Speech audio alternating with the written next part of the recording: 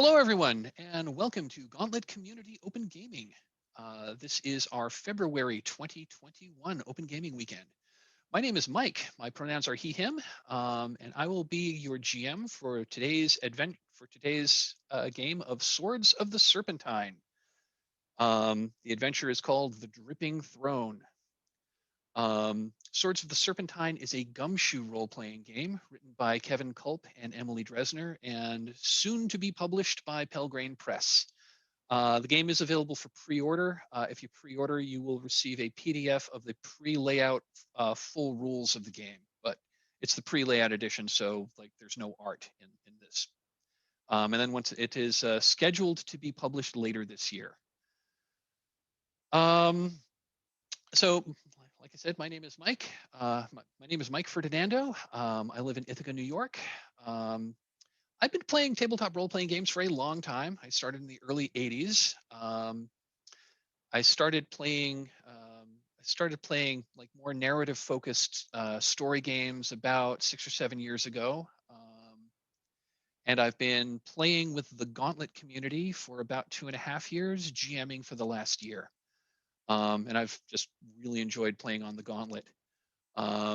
Anyone who's interested in checking out the Gauntlet, we are at gauntlet-rpg.com. So enough about me. I'm going to ask you all to ask my players to introduce themselves. If you could tell us your name, your pronouns, a little bit about your role-playing game experience, whether or not you have played a GUMSHOE game before, and then anything else anything else that you want to plug, like if you want to give your social media contact or if you're working on a project, that would be cool. I'm going to go clockwise around how I have you on my screen. So, Francisco, would you please introduce yourself? Yes, hello. My name is Francisco. I use he, him pronouns. I've been a fan of the Gauntlet for a really long time, and I finally got to jump in a game at the last conference in October, and immediately jumped into a GM camp. So I've been GMing for the Gauntlet for about 6 weeks now. Super fun. And just because the way my schedule is, I get to GM more than I get to play, and that's fine. I love that. GUMSHOE system has been on my radar for a super long time, so I'm really excited that I get to try it today. And I've been playing role-playing games since it was cool to wear Metallica shirts and a chain that hooked to your loop belt and to your wallet. So that should tell you how long it's been. I'm wearing one of those things right now. So, like last week. So last week, yes, I just began role playing. Fantastic. Thank you, Francisco. Brianna, would you introduce yourself? Hello, my name's Brianna. I go by she, her pronouns. I have to ask Francisco because I have no idea. Have I actually played this type of RPG before? You have not. No, Brianna is my in real life player at my table. She's a frequent offender, and so we have not played GUMSHOE. No. Okay, because I don't know any of the names. I just play the games. I'm like, this is fun. This is fun. So I've been playing RPGs for probably like a year and a half now, around that. So yeah. Well, fantastic. Welcome aboard. GUMSHOE is a little different than a lot of role-playing games, but it's once you get past the there's a couple of oddball things about it, but once you get past those, it's I think it's a really cool and very powerful role-playing system. Anyway, we'll get into that in a minute. So, welcome aboard, Brianna. Glad to have you. Chris, would you introduce yourself? Hi, I'm Chris, he, him pronouns. I've been with the Gauntlet since October, same as Francisco, last GCOG. I've been role-playing for about 6 years, I think. Time is an illusion, and doubly so because I've really stepped my role-playing up in 2020. Never played GUMSHOE before, really looking forward to it. I can totally relate to the whole stepping up gaming during the pandemic times. I'm going to say that's like there was nothing good about the pandemic, but one of the side effects that was less bad was I've been playing more games this past year than I had in a given year than I have since I was in college, and that was a long time ago. Simon, would you introduce yourself? Sure. My name is Simon. I use he, him pronouns. I recently found out that I've been playing role-playing games for longer than I've not been playing role-playing games in my life. So I'm 33 now, and I've started at, I think, 13 or something like that. And same for me, 2020 has really meant a tremendous lot of gaming, I think more than I've ever played. I've not played any GUMSHOE so far, but I've been meaning to. And I am also I don't know what else to say. I'm also an RPG translator. That's maybe something. And I look forward to today. I've not played on the Gauntlet. But have been meaning to, because I know a few people and I've heard lots of good things about the platform. Well, fantastic. So thank you everyone for signing up. Yeah, this is hopefully this is going to be fun. Okay, so let's talk a little bit about the game itself. I sent everyone a link to the character keeper in the email. Do you have that? If not, I can pop it into the chat window of the Zoom. Everyone have it? Awesome. So on the character keeper, if you could click over to the safety and resources tab, I'm going to talk a little bit about sort of like the game. I'm going to do a brief like overview of the game, about the game's. It's called CATS, so it's the concept, aim, tone, and subject matter of the game. Then we're going to talk a little bit about the actual safety tools that we have in play. So CATS. The concept of Swords of the Serpentine is this is a low fantasy sword and sorcery RPG. The default setting is a fantasy city that's roughly based on Renaissance Venice. There is magic in this world, but magic is generally bad. Sorcery is an unnatural force that comes from unnatural sources, and using magic corrupts the world. But it can also bring you great power. Sort of like to get the,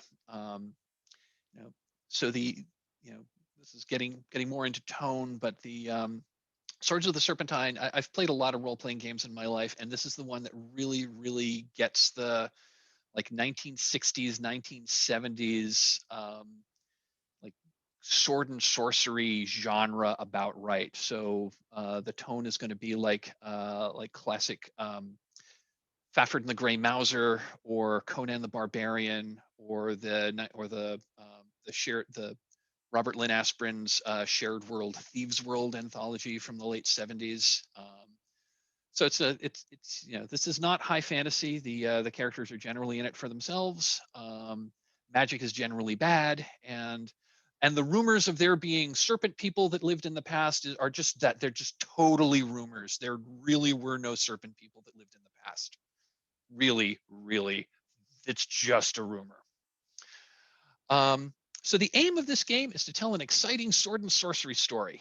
I mentioned the touchstones. That was one thing that when my group was playtesting this 2 years ago, we really felt like we were playing inside we were playing through a Fafhrd and the Grey Mouser story. So I'm going to hope to bring that out. So the tone is kind of like dark fantasy action adventure. I'm going to go more for the action than the dark. I'm going to go for a mainly serious tone, but punctuated with comic moments. And if you've looked at the character keeper, there's pairs of characters that are kind of set up to have some like comedic playoff against each other. But we can talk about that when we get to character selection. peril in this game will be real, and there is going to be a possibility that PCs could die. This adventure may skirt the edges of horror, but I'm not going to go for. This is not a horror game. If this were a movie, it'd be a PG-13 rated. And subject matter. Again, this is it's a dark fantasy game set in a fantasy metropolis. It's going to be a bit on the. It's going to be street level. It's going to be on the gritty side. There will so think there's going to be themes of murder and skullduggery, dark conspiracies, weird cults, bloodthirsty monsters. However, I am not interested in Brian De Palma levels of blood and gore. We won't be really dwelling on that. Although at the same time, if you get a really critical hit and you're wielding a battle axe, you could conceivably separate an enemy's head from its shoulders. So that's the baseline of what I'm shooting for in this game. Any questions on cats?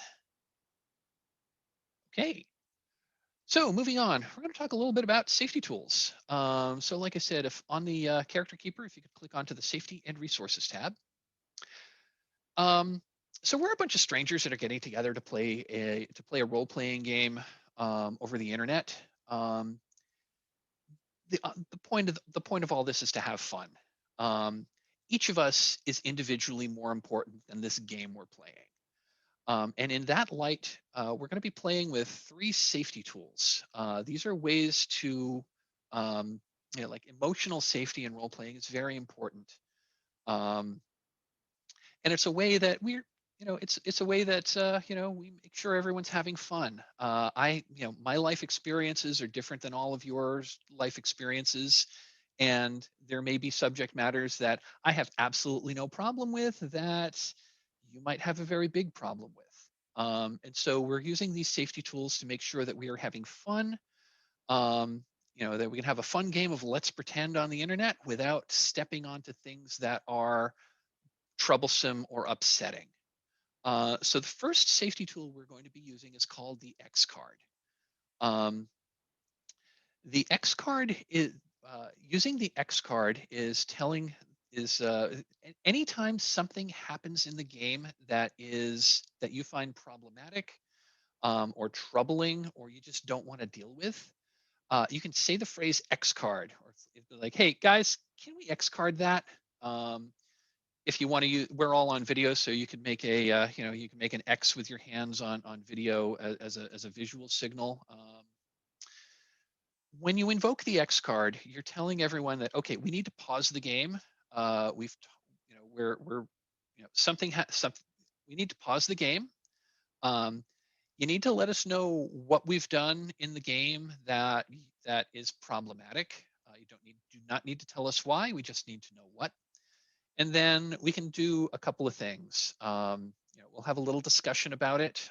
Maybe then we can approach to either we'll rewind the scene and replay it differently so that we don't include that, or we could just kind of like cut it, fade it to black, and just move past. We can do one or the other. So that's really the X card. Let us know that we've done something that we and one other thing that I do want to call out about the X card. If we've done something that made you feel a little icky and you're like, well, as long as we don't, and you're thinking to yourself, well, maybe if we don't go back there, it's not that big a deal. So you don't X card it, even though you don't really like that.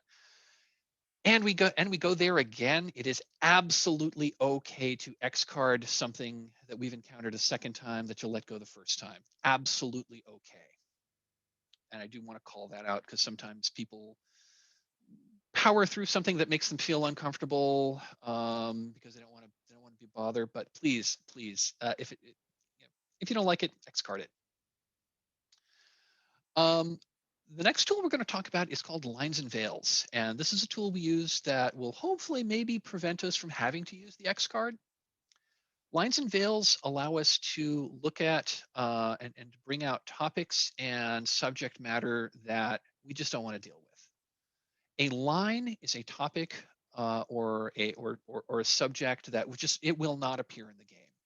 So if something is lined, it's not going to be there. No, we'll not talk about it. It won't happen on camera. It won't happen off camera. It's just not going to be there in the game at all. Veils are topics that are we can acknowledge exist in the game, but we don't want to see it on camera. It's not going to happen in view. If a subject is veiled, we'll either avoid it or we'll either avoid the subject or we'll we'll fade to black. It may be something that we may see evidence of. We may see, but it's if it's veiled, I'm going to tread. It means it's something that we need to tread carefully on. When I send out the character keeper, you'll notice that I've got a list of frequently. Oh, Brianna dropped and she's back. Let me pause.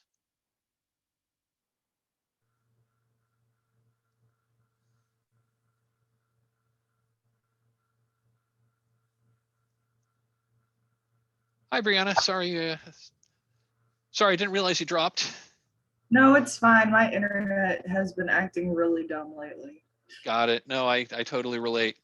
So I was just saying, I think you might have dropped while I was talking about veils. Veils are topics that we can maybe acknowledge happen in the game, but it will not happen to a player character and it will not happen on camera. We may see evidence, we may know that it happens, but it's not something we're going to dwell on, and it's certainly not something that we're going to see. So if it's a veil, it might be something that we'll cut away from. We'll either cut away from it, or it's just not something we'll really dwell on. So I've got a list of common topics that are frequently lined and veiled. If anyone wants to go ahead and make check marks in either of those columns. If something was veiled and you want it aligned, we can do that. We'll just change the check mark. And if you've got any other things particular creepy crawlies that you absolutely don't want to see, or other things, feel free to add new topics to the and check them as necessary. I'll give everyone a moment or two to add any more lines or veils. And when Mike, you're ready, yes. COVID-19 was veiled, and I went ahead and lined it. That's fine. Only because I don't want to hear about COVID-19 specifically, but any other sort of Middle Age, Renaissance age pestilence. Got it. So like a fantasy plague would be okay. Got it. Got it. Yeah, exactly. Okay. Okay, we'll say that there is no COVID-19 at Eversink. I wasn't planning on. This is not a disease themed. I have played games where disease was a theme, but I've been kind of avoiding them for the past year. I think for good reason. If everyone is good with the lines and veils, if you can give me a thumbs up. Awesome. I'm going to take just a moment to write them down on a stick note that I have floating at the top of my, because I will have to hop away from the particular, I'll have to hop away from this tab, but I want to make sure that these are always floating up. One other thing, if in our enthusiasm, one of us accidentally crosses a line or crosses a veil or crosses a line, please immediately, if anyone notices, please immediately invoke the X card. I try really, really, really, really hard to make these inviolable, but every once in a while, in our enthusiasm, we sometimes forget. Which isn't cool, but we're all human. So please immediately X card if anyone notices any of us violating one of the lines or veils. So let's see, lines. We've got harm to children. We've got homophobia, transphobia.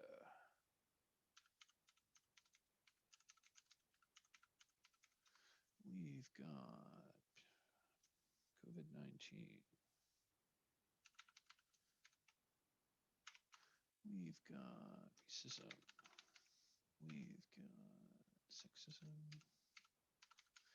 We've got sexual violence. We've got suicide. Veils. We've got harmed animals. Consensual.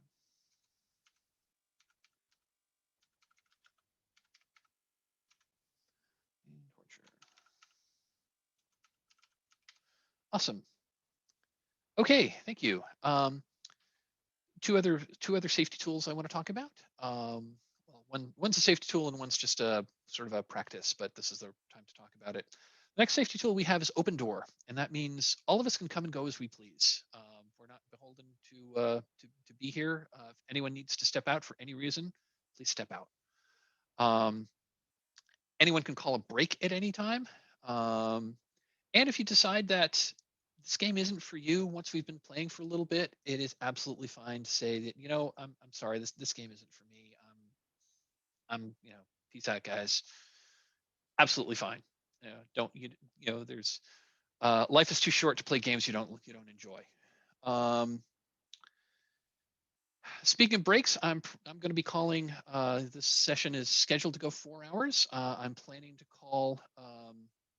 I'm going to plan to call 3 breaks. I usually do one at the top of every hour. I usually do one after we've done characters, and then 2 more at the end of the, and then 2 more roughly around the top of the hour. One other thing, Brianna mentioned her internet is wonky. Mine is usually fine, but it occasionally gets wonky. If for any reason I step off camera or you lose me or I lose internet connectivity and I'm gone for 10 minutes, assume the game is over and take the rest of your day. Hopefully it won't happen, but it has happened to me in the past. At the last GCOG, I was running the game Trophy Dark, and we had just gotten to Ring 5, which was the ultimate, the ultimate climax of the game, and somebody drove an SUV into a pole, which took down all of the electricity in my neighborhood. Okay, that was our safety discussion. Does anyone have any questions on X-Card, Lines and Veils, or Open Door? Fantastic. Hop over to my checklist to make sure I'm not missing everything. Talk about breaks. Okay. So I'm going to talk a little. I'm going to talk I'm going to give you just enough about the rules to get going, and then we can do character selection. So, Swords of the Serpentine is a GUMSHOE game. GUMSHOE is a game. GUMSHOE is a system that was originally designed to do investigative role playing. It was designed in reaction to many role playing games, like in Dungeons and Dragons or Call of Cthulhu. Whenever a problem with that game design is, if you need a clue to advance the story. If you need to find the letter that's hidden in the desk drawer, and that's the clue you need to advance the plot, there's no need to hide that behind, and you blow your search roll or you blow your investigate roll, or you find the clue, but it's in a language nobody understands. That can grind the adventure to a halt. And so GUMSHOE is a design philosophy that basically will prevent that from happening. And why an investigative game for sword and sorcery? Well, if you go back and you read Fafhrd and the Grey Mouser, there's generally investigation. They hear a rumor that there's a great treasure buried somewhere, or that so and so has a magic item that they really want. They then investigate and find out where is this thing, and what are the enemy's weaknesses. So they do poke around to try to turn up clues to advance the story. and that's why, and since that's the flavor we're going for, GUMSHOE is actually when you think about it a little more, it's a pretty good system. So in GUMSHOE, you'll notice there are no ability scores. So it doesn't really matter, how how strong or how agile or how insightful your character is. It's all about your skills. Skills fall into two categories. There are investigative skills and there are general skills. The investigative skills are, you use these to turn up clues. You can also use them to kind of like invoke some special abilities. For all of your abilities, you both have a number of ranks, and that number of ranks in that ability also gives you a pool of points you can spend for special abilities. I think we'll talk about investigative abilities first. So basically, when you're looking for clues, if you have the skill, you find the clue. So generally in the adventure, it'll say that if you have, this clue will be turned up by anybody that has any of the following investigative skills. If you have the skill, you find the clue. The number of ranks you have in that skill indicates generally how good how good you are. So if you have a rank in a skill, it means you're very good. If you have 5 ranks in the skill, you are probably one of the best people in the world at that. Your ranks also give you the same number of points in a point pool that you can spend for investigative abilities. During an investigation, if you want to, if you have the ability, you find the clue. If you want to know more, you can spend one of your investigative pool points appropriately, and I will give you more information. I'll just give it to you. Alternatively, some of the skills may allow you to take control of the narrative in certain circumstances, even if it's not specifically clue related. For example, there is a skill called City's Secrets that some characters may have. So City's Secrets means that you know of the hidden places and the things that most people don't know about the city's secret. So let's say, for example, you're in the bad side of town and you're running away from the city guards. You can and you're looking for a way out. You can spend a point from your city secrets pool to declare, I know that I know the owner of this bar, and I know that he has a trap door in the back of his bar that leads to the city that leads to the sub city. So I'm going to spend a point of city secrets to establish that fact, and then that is now canon. So you can then take advantage of that to say, okay, we're going to duck in the bar. We're going to dunk in the bar.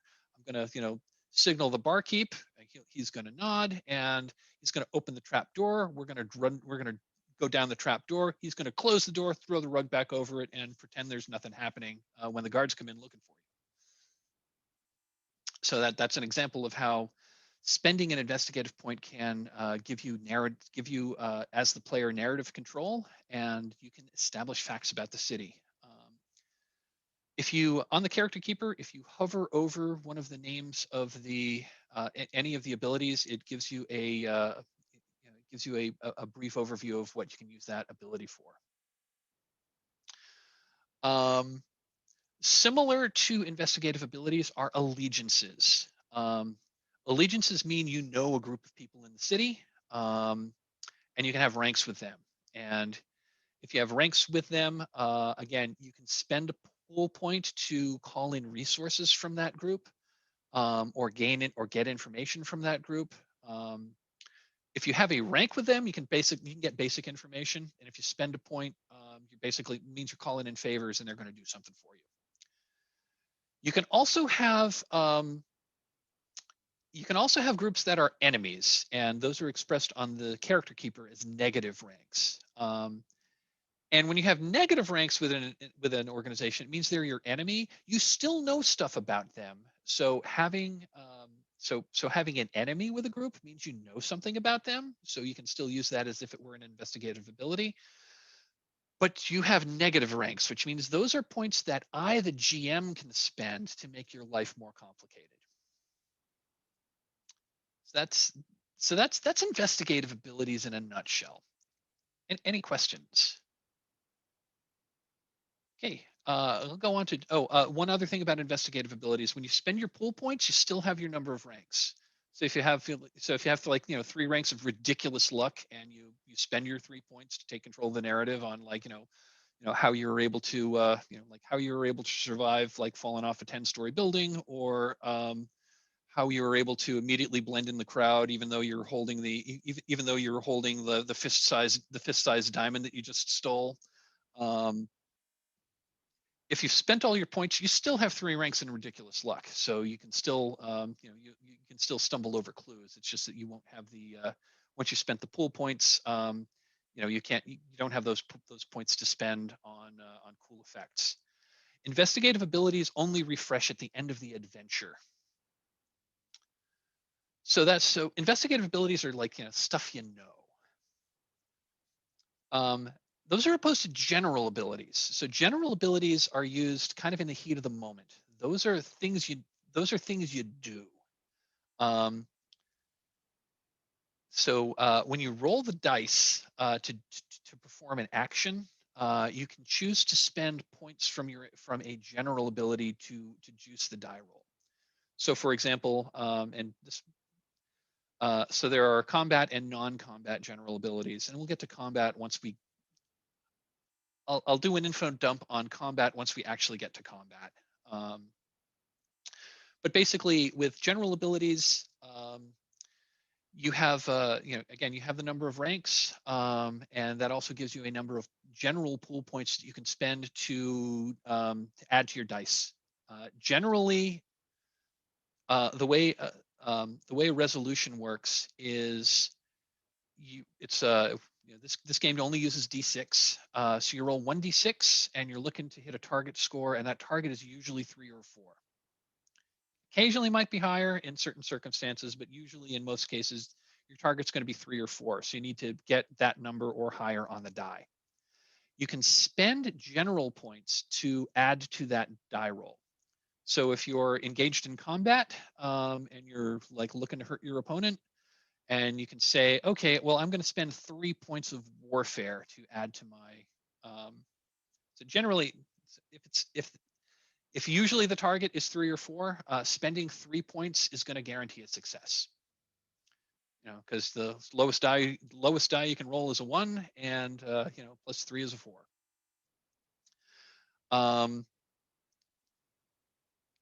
And again, those come off your pool, not your number of ranks. General abilities refresh at the end of the scene. So you'll be so in a say a big combat scene, you'll be burning a bunch of points. That's fine. It's totally fine to burn through all of those in that particular combat, because you'll get them back once the combat's over. Little bit about combat. So you do have those general pool points. You can spend points from any one ability depending on what you're doing, even if another one might apply. And if two different ones apply at a given time, you have to pick which one you're going to spend. You can spend an investigative point that'll to juice a die roll. Every investigative point you spend will give you a +3 bonus on a die roll. That's an option, but it's not usually a particularly good option, because you can also spend investigative points in combat to boost your damage, which is generally better. If you have 8 ranks of a particular ability score, you gain an additional ability. Like generally, if you've got 8 points or more in a combat ability, it allows you to affect multiple targets in a combat. In the other general abilities, it gives you, like if you have 8 ranks of athletics, that gives you a dodge ability in combat. even if the opponent's hits, you can attempt to dodge, which will possibly negate that attack. And then if you hover over the abilities or at the 8 ranks add, the extra ability, that kind of gives you an overview as to what those abilities do. I threw a bunch of info at you. Any questions now? It'll become more clear once we actually start playing. Sorry, I forgot about this earlier, but I have one minor remark, just as a general note. I'm sitting in Europe and I'm really used to metric units. So please, if you tell me how large somebody is or something, and it takes me a moment to, go back to my other tab with my converter. Got it. Just don't Okay, worry understood. about it. Understood.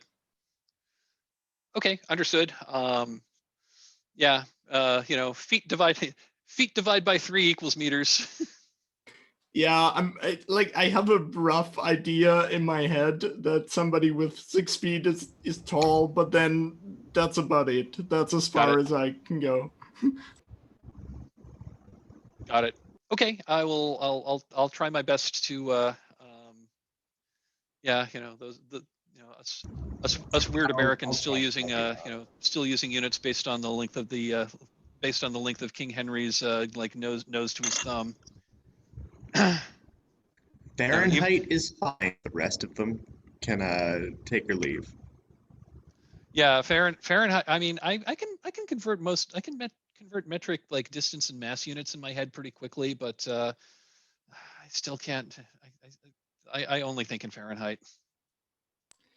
Anyway, I did not want to cause any of that. Just know that this is, of course, this is all my problem. So I will just know that it might, if you say something in an imperial unit, it might take me a moment to get there. I'll do my best to express like units of length in yards, where a yard is a meter basically. And actual distances don't really matter all that much. Things are pretty vague. This isn't D&D where you're counting squares on a grid. So that's I do want to call out one other thing. If anyone wants that, we have 2 characters to choose from that have magic ability. Magic is called sorcery. The investigative ability that powers magic, that powers sorcery, is called corruption, which kind of underscores that magic is bad. For every point of corruption, every rank of corruption, you have access to a different one sorceress sphere. Magic is deliberately vaguely defined. There are no like spells per se. There are sorceress spheres that tell you vaguely the kind of magic that you can do. So spheres are, again, they're vague. There are things like plants or fire or music, or I think one of the characters has memory as their sorceress sphere. So you can use sorcery to create magical effects. My rule of thumb is if you are casting a spell and the effect that you're going for is something that could be achieved by non-magical means, you don't necessarily have to spend a point of corruption to power the magic. So for example, if you've got the spirits sphere, and you want to cast a spell to have a spirit pick up a book from across the room and bring it to you, I would not require that you spend a point of corruption to do that, because you could just walk across the room and pick up the book and grab it. It's just there for special effect. Likewise, if you've got the fire spear and you want to cast a spell that cause all of the torches in the room to light, or alternatively all the torches in the room to go out, I would not require a corruption spend, because you could go around and like douse them. If you wanted to like turn if you wanted to use magic to if you've got the earth sphere and you want to use it to turn an opponent to stone, then yes, you would need to burn a corruption point, because you can't normally, you can't under normal circumstances turn someone to stone. The more points you spend when you cast, the more points of corruption you spend when you cast a spell, the more powerful the effect is. And you can spend as many points as you have in a given spell. But again, remember that investigative points don't refresh until the end of the adventure, so use them judiciously. You can use sorcery to attack, and we'll get to that when we get to combat. I just wanted to underscore how magic. Oh, the other thing is, when you spend a point of corruption, you have to choose whether you are. It's like, you're causing this magical effect, but you also have to choose how this corruption in the world manifests. You can cause it to corrupt the world around you, in which case some area around you is now infused with bad mojo. This is now a place where ghosts will congregate, or evil spirits will congregate, or maybe plants won't grow anymore, or animals will avoid, or just people go in there are going to get a weird, uneasy feeling. That can affect your allies. When we get into a little bit about the lore of the city, the other thing is when you cast corruption, the city of Eversink is a holy city of the goddess Denari, goddess of commerce. And corruption, when the city is corrupted, the link of the city to Denari is severed. So you no longer, so people who are connected to the goddess Denari are not connected to her when they're in an area that is affected by corruption, which is why corrupting the city is illegal. You can also choose to internalize your corruption, in which case it physically corrupts your body.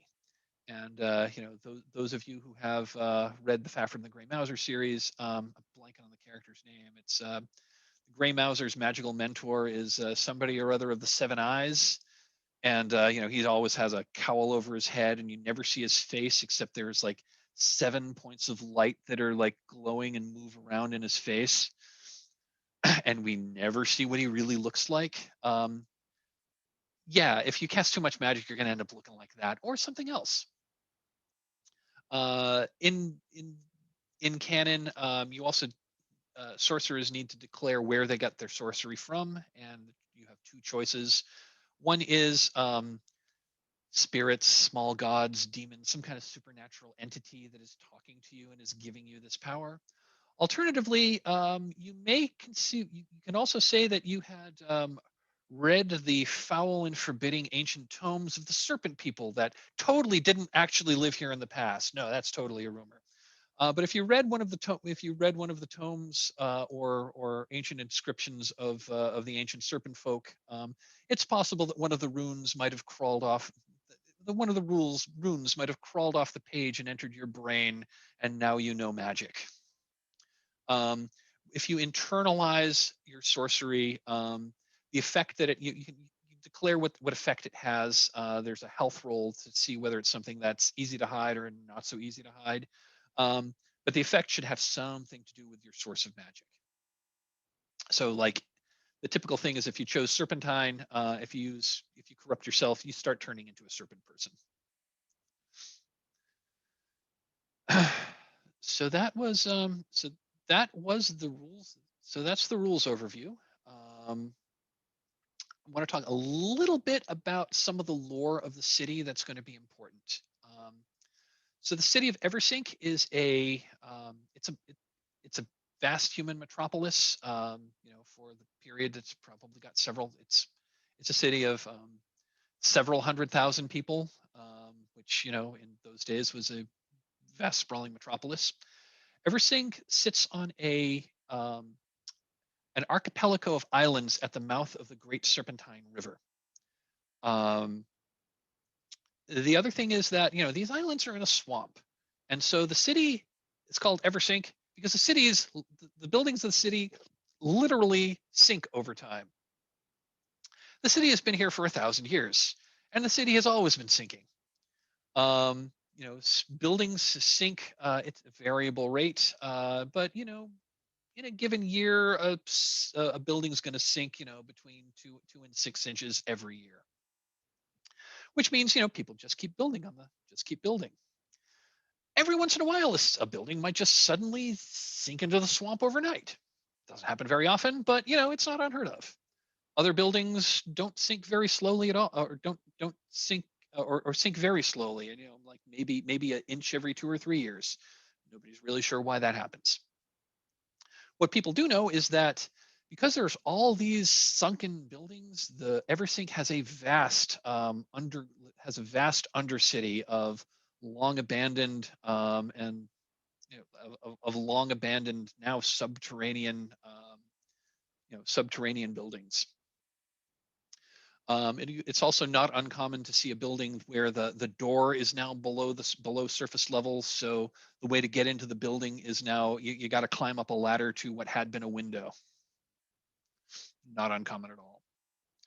I mentioned the goddess Denari is the patron goddess of the city. She is the goddess of commerce. So transacting business is a religious activity. So she is the goddess of capitalism. If anyone has played Pathfinder, I see some parallels between her and the god Abadar from Pathfinder. That's just an out.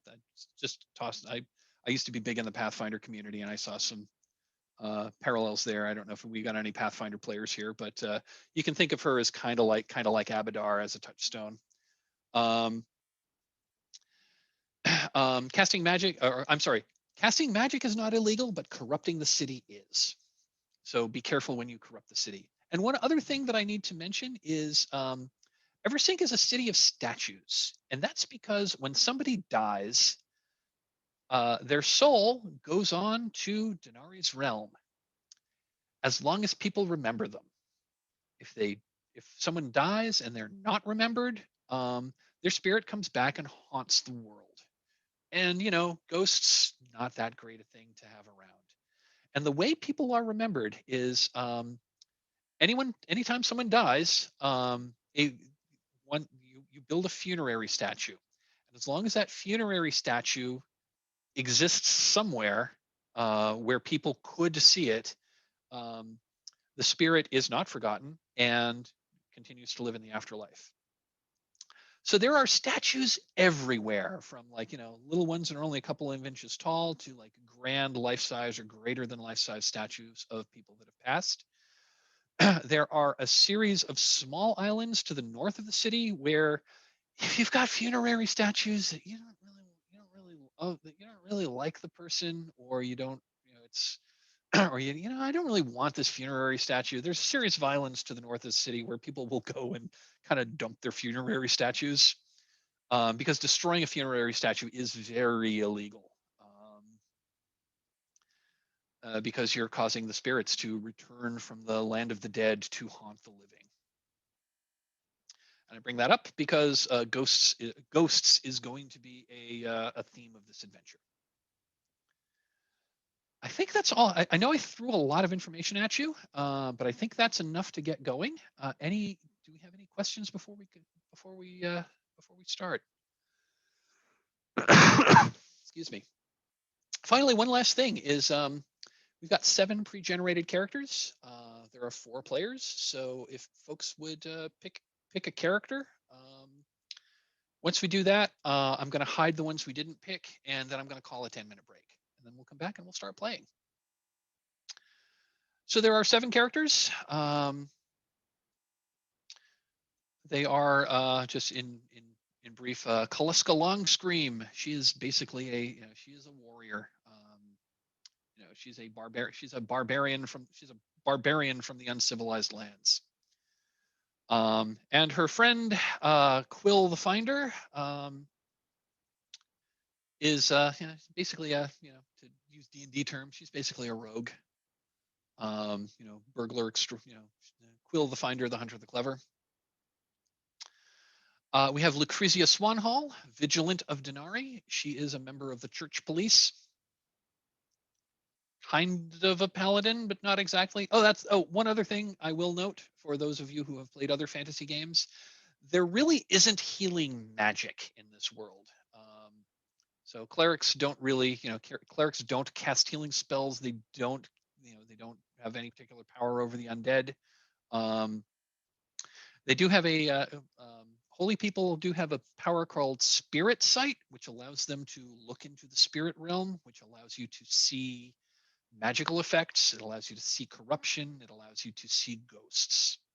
And those who have that are considered touched by the goddess, and they're frequently recruited into the church. So many church people have Spirit Sight because they have a connection to the supernatural. Other characters, we have Occipitus of the Many Eyes, who is a sorcerer. And finally, we have Lorenzo, guild servant, who appears to be the manservant of Lord Callio Belander. Lord Callio is a foppish aristocratic warrior, and Lorenzo is his manservant. Secretly, Lorenzo is actually a retired assassin who has been hired by Lord Callio's family to keep him out of trouble. Callio and Lorenzo kind of have a Jeeves and Wooster relationship, and also Kaluska and Quill kind of have a Fafford and the Grey Mouser relationship, or a Xena and Gabrielle relationship, if you want to take it in that direction. Anyone have particular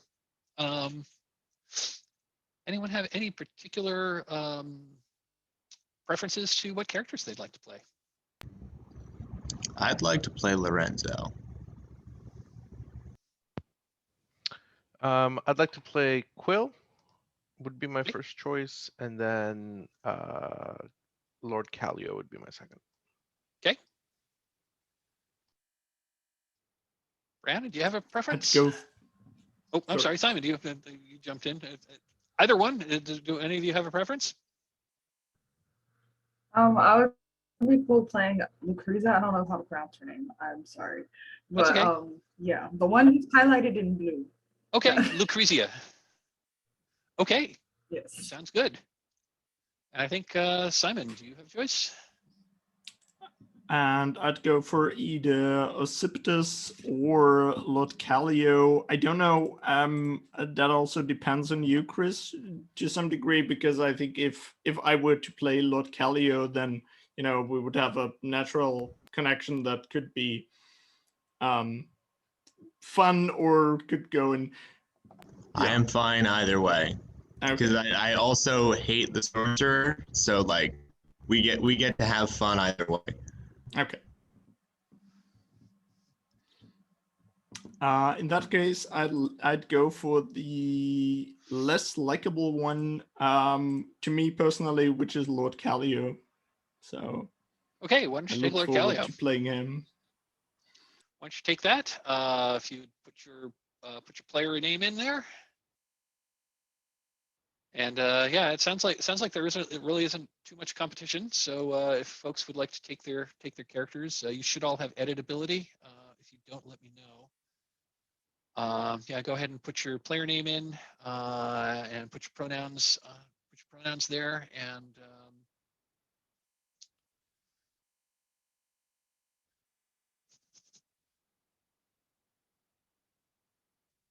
so it sounds like no one is taking Kaluska.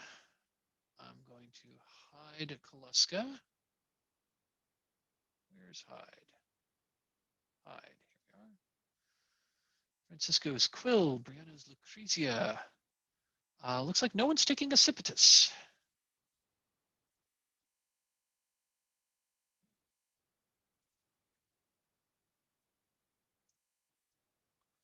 So we've got Quill, Lucrezia, Lorenzo, and Lord Callio. Fantastic. So we have our characters. I've gone over the rules. I think we're about ready to start playing. I am going to ask so I'm going to call a break in just a moment. But I'd like you to think about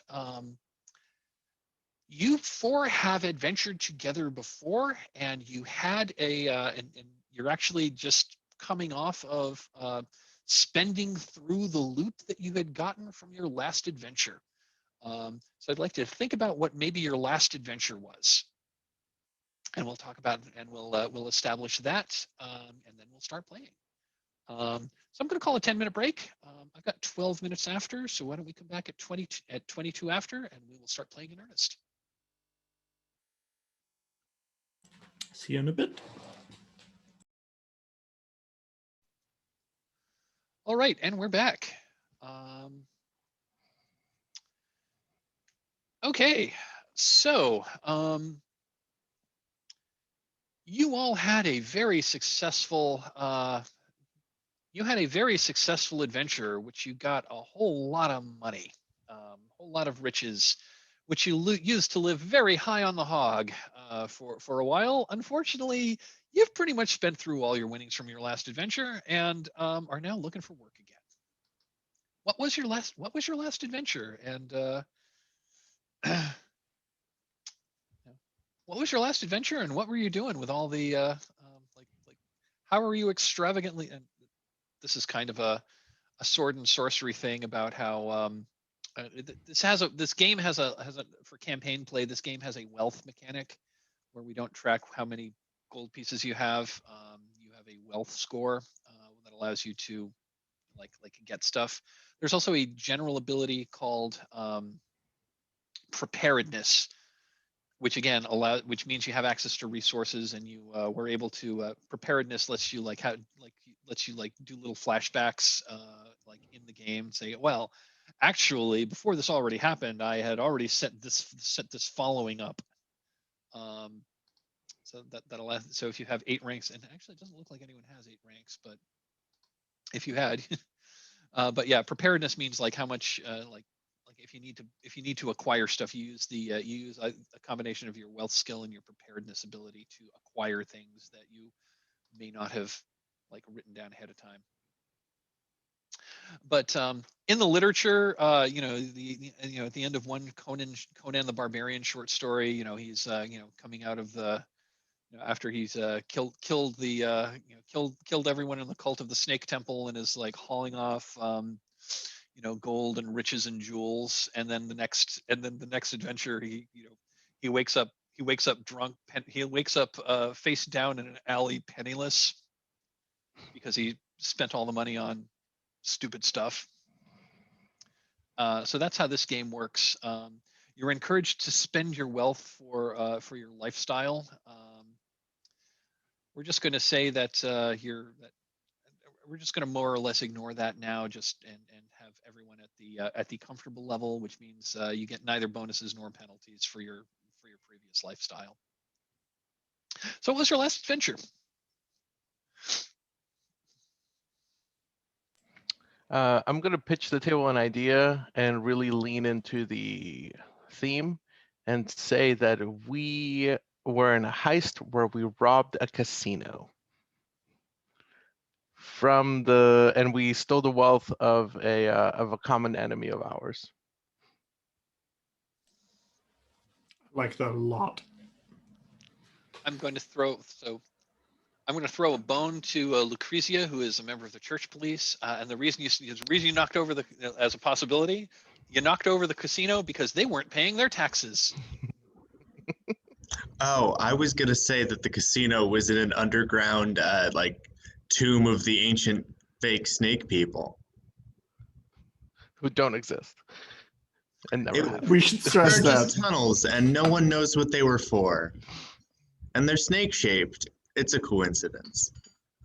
And for some reason, Francisco's character has venom from a monster that they killed last month. But let's ignore that for a moment. Let's keep that to ourselves. And it may or may not have been a giant basilisk or something of that sort. That's one other little thing I did want to. I just want to call out gear. That gear on your character, that's kind of like your signature gear. Like on the cover of the fantasy novel that about these characters, this is the stuff that you're going to be pictured with on the cover. If you need to have like regular other mundane stuff, you just have it. We're not tracking silver pieces. We're not tracking arrows. We're not tracking like how much we're not, if it makes sense for you to have, if it makes sense for you to have a water skin, you have a water skin.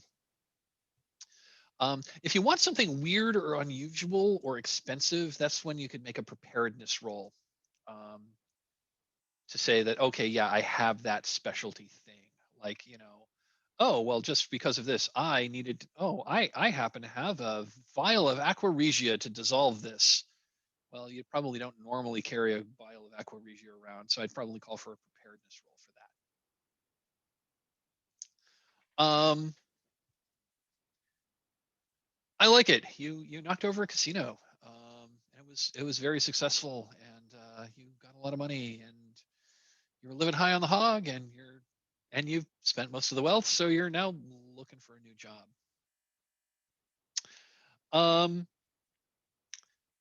So the four of you are in. So the four of you are down by the waterfront in sort of like the working class section of town. This is a place where there are a lot of, this is a coastal town. Actually, it's an island city, so there is a whole lot. Fishing is a major industry. So you're in an area of town where there are a lot of fishing boats. There's a lot of fishmongers. Other people that make their living from the sea.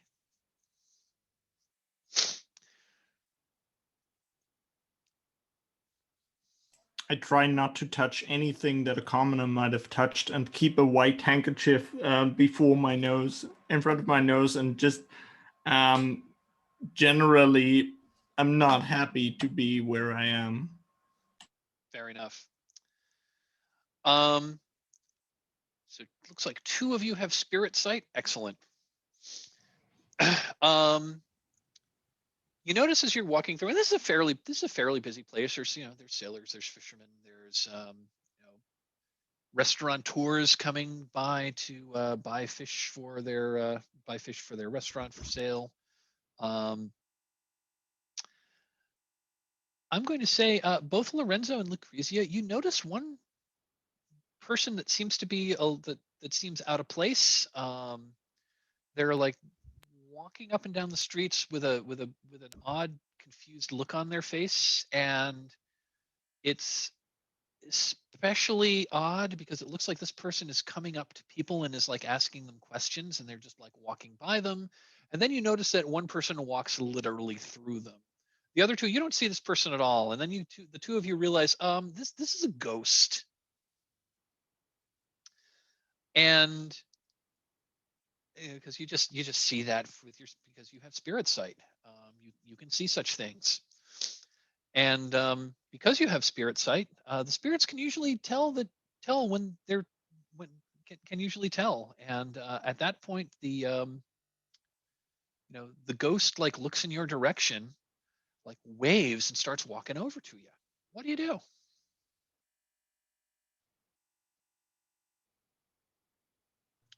I want to say that I just don't pay attention to it, and I try my very best not to look at it. But I feel like that's not going to work out in my favor if I just try to ignore the ghost. So I'm just going to stare it down. We're just going to have a good old staring competition. Okay. Hopes that it's intimidated. I don't know. I am definitely ignoring it because no one's supposed to know that I have spirit sight. Fair enough. We'll ask Lucretia why she's acting more awkward than usual. So yeah, like Lucrezia and Lorenzo, only you two can hear the following. But yeah, so this man is it's the ghost of a man. He's like typical, like we're gonna say typical movie ghost. He is kind of he's like translucent. He's kind of like gray and white with maybe very muted colors on his clothing, but he's dressed like a merchant. He's probably in his he's not that old. He's probably in his early 40s.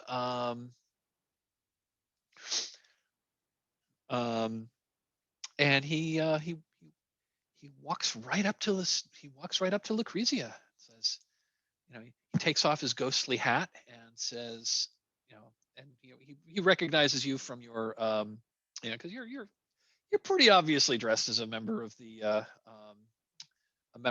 Denari's vigilance.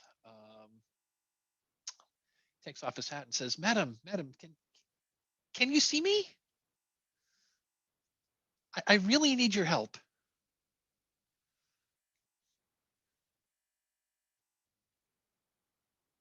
I want to like move the ghost, so I want to go in an area where I don't look like I'm a crazy person talking to the air, or just like have somebody stand in front of me so it looks like I'm talking to that person. There are plenty of disused alleys. They may smell a bit from fish trails, but you would certainly not attract much attention if you went in there to talk. Yeah, with we're gonna ghost. go to one of those alleys. I Okay. don't want to send a crazy person. Okay, fair enough. So you like kind of like motion to the ghost and and you walk over to the alley and he follows you. He can pretty much figure out what you're doing, and he says, "Ah, yes. Yes. You don't want to be talking to the air. Yes, that's totally understandable," says the ghost. And as you're approaching the alley, he says, like, "Look, yeah, I know I'm dead. Um, and that's just it. I need someone to I need you to figure out who killed me. It's like I want somebody to find out like who killed me and to maybe send word of my demise to my family. I'm from out of town. I'm a merchant. I've been coming back and forth to Eversink for a few years. But yeah,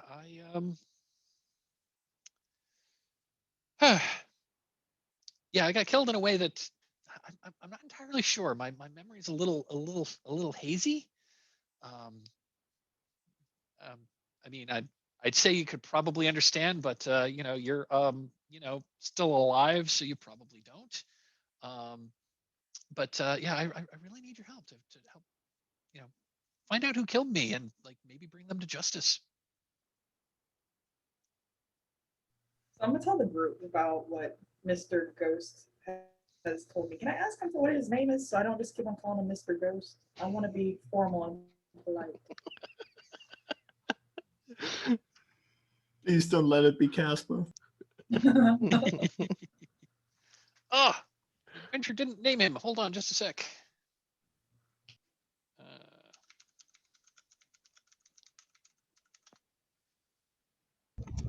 Gaspar. I kind of like that actually. That's let's see. It's a good synonym for friendly.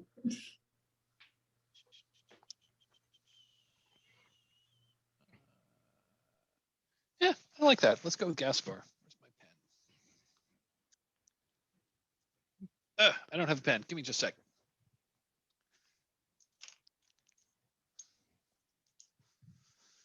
There we go.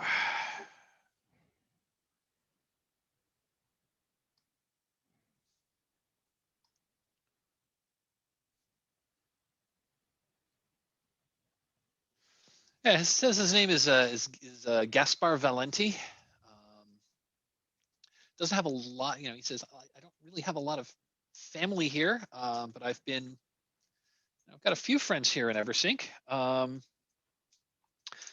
But look, obviously, but I don't know what happened to my body.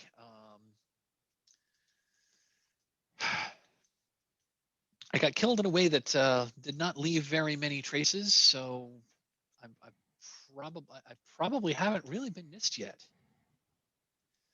But I implore you, if you could retrieve my body, avenge me. I can tell you where I have a cache of treasure where I had lived. And that also has a couple of letters of credit that you can use to, they're basically bearer bonds. So if you can help me, I will tell you where that is. I'll tell you how to get in, tell you where to get that, and hopefully maybe somebody will build me a funerary statue. I tell everybody this, and I'm pretty sure everybody's. Are we all good with helping this dead man? Because he has money. He names a number of coins, and this is like, I won't say it's a king's ransom, but it might be a duke's ransom. He's offering you an awful lot of money. In game terms, he's offering you 4 wealth each. Which He doesn't have any need for it, Lucrezia. Take it. Take all of it. He says, I don't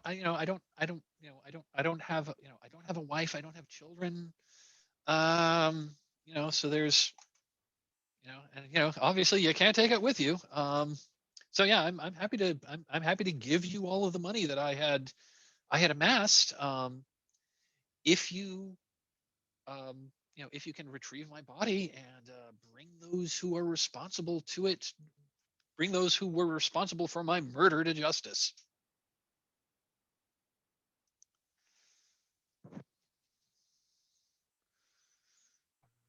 Yes, we shall help him find his dead body. Gaspar, we will build you the most ostentatious funeral statue. It's gonna be beautiful. Everybody gonna know about it. Sparkly. Tall. Let's not go making promises, my lord.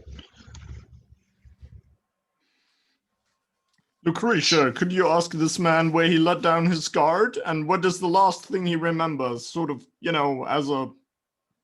We need a place to start. That is true. So I'm gonna ask him exactly where do you what was the last thing you remember before everything kind of gets blurry?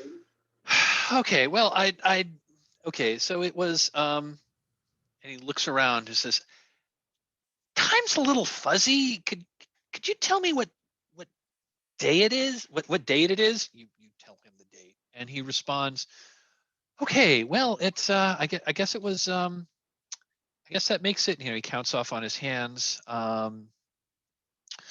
Okay, I guess that makes it about 5 days ago. I was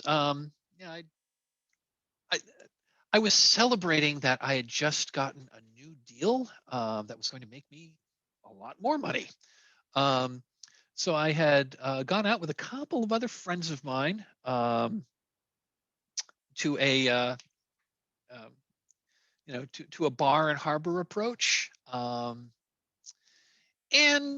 I was spending my money a little freely, and I had maybe 2 or 3 more glasses of ale than I perhaps should have. My friends left, and I was, my friends left before I was done. And on my way home, I was, I was walking near the docks on Harbor Approach back to my flat, and there was a. I didn't see their faces, but there were 2 kind of smelly guys that came up to me ostensibly to ask directions. And when I started to respond, one of them whacked me over the head. And when I went down, another one ran me through. Now, I didn't get a good look at their faces. They had, they had like cowls over their faces, and I was kind of drunk. But I got to tell you, there was, I do remember distinctly, there was a toothless old beggar that I had walked by not long, that like only a couple of minutes before, and I had given him a few coins because, as you know, it's good luck to give alms to it's good luck to give alms to beggars.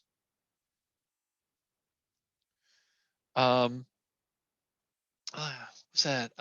Yeah, she was, she was a toothless old beggar woman. Maybe she saw something.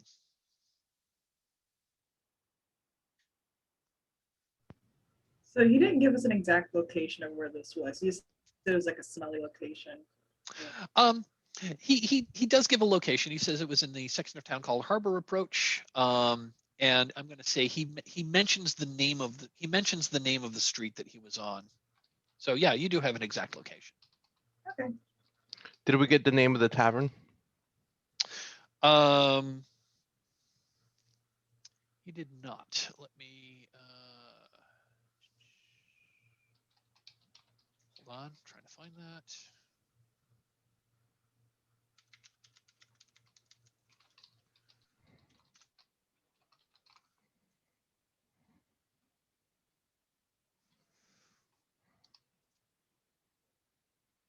Come on, where is it?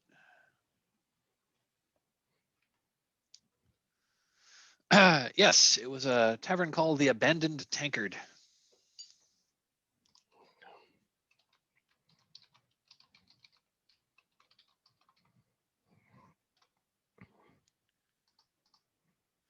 It's kind of a popular place for the for out of town merchants. And let me just take a look at your investigative abilities.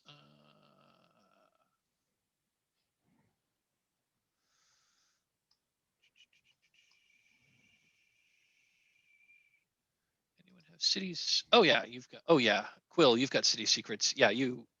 Oh yeah, you know the abandoned tankard. Absolutely. Yeah, it's a middle to upper end place, and yeah, it's a popular place among the foreign merchants. It's a place where they go to conduct business and also relax and unwind. Not a place that a lot of locals go to. And yeah, you know right where it is.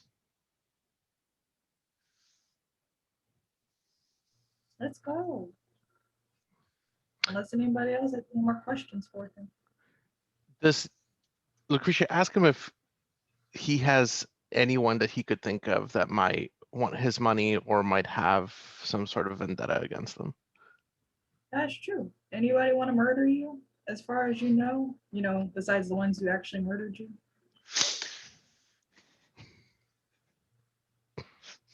Sorry, I love that turn of phrase. Do you know anyone who might have wanted to murder you other than the people who actually, murdered you? I love that.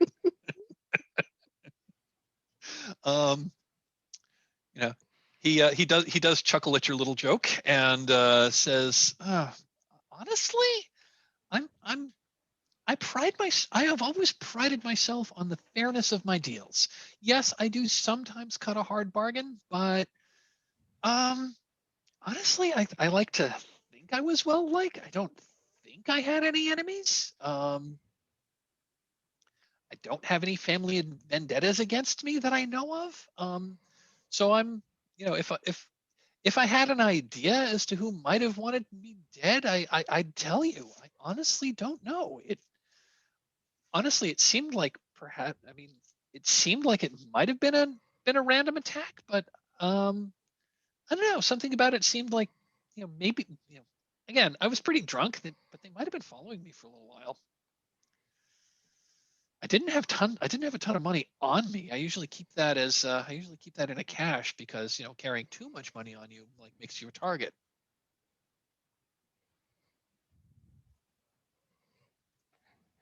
Doesn't seem to have helped this time.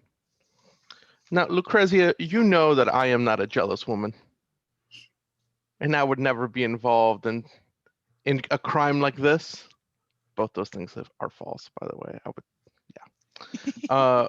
But do ask this man if there is he is romantically involved with anyone, and if That's they might be jealous true. of anything. Yeah, Women not that I do know of such things, but crimes of passion I have heard are very common.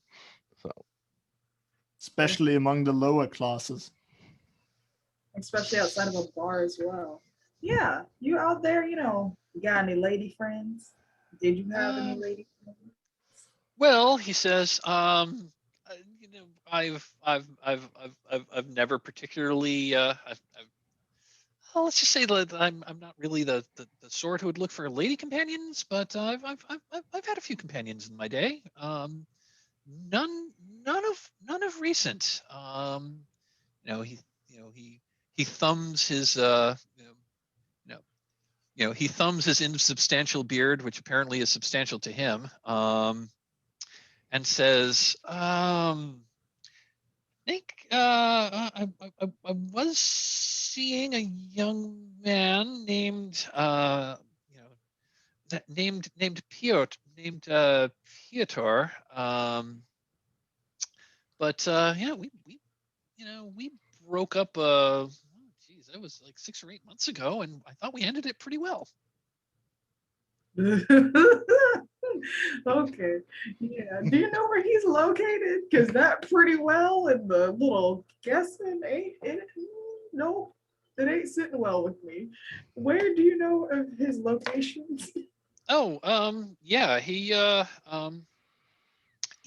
lived in and he names an address. It's in not the greatest section of town, but it's in I don't have the map in front of me. He names a location. It's in it's in kind of a working class area.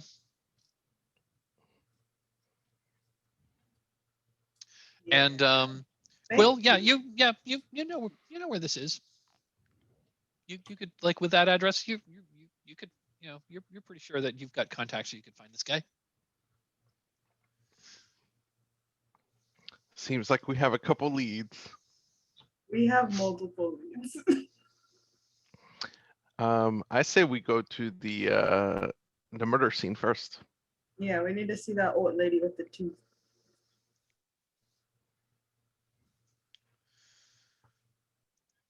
Okay. Let me just take a quick look at the adventure here.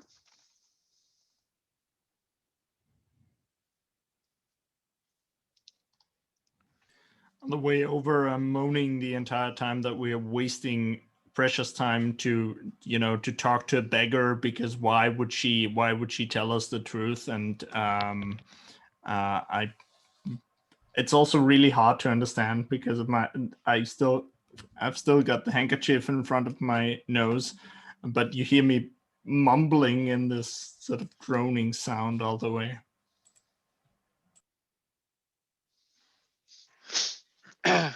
Oh, sir, it's, well, I mean, a woman of her status would have no reason to lie to a person of yours. As well, the lower classes can't lie to the nobility, as you well know. That is true. You make a very good point there. And if she wants to lie, we can either bribe her or we can throw her in jail. Either way. Well, I mean, to that Gaspar says, well, I mean, if you were throwing beggars in jail, the jails would be full. As far as I know, begging isn't illegal. Well, we can just find something. We can find some tax invasion or something. It's my understanding that begging is seen as a vital part of the local economy. Is that? Well, you're the holy person here, so I'll defer to you on that. And Gaspar says, like, well, I'm happy to point her out if I see her. We need to go see her at least to get some aspect of, maybe she remembers something. Hopefully she remembers something. Because right now we've got a ghost man who has no memories. And is the ghost following us? Oh yeah, the ghost's with you. He doesn't really have anything better to do. That's true. He doesn't have anything better to do. Great. Fantastic. Thank you. Is the specter over there? Is it over here? Where is it? I need to be sure not to step on it or something. Yeah. So Quill and Lucrezia, the ghost looks at Lord Callio and says, "I'm right here. Damn it! I hate it when I can't talk to people. I'm so glad I can talk to you," he says to Lucrezia. Yeah, that makes me feel quite confident. Because now I have a unwanted ghost friend. He's keeping a respectful distance from you, my lord. Thank you, Lorenzo. I'm happy that you're looking out for me.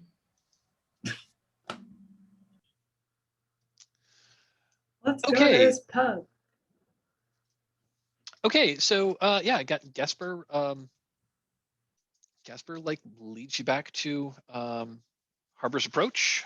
Yeah, it doesn't take you too long to get there.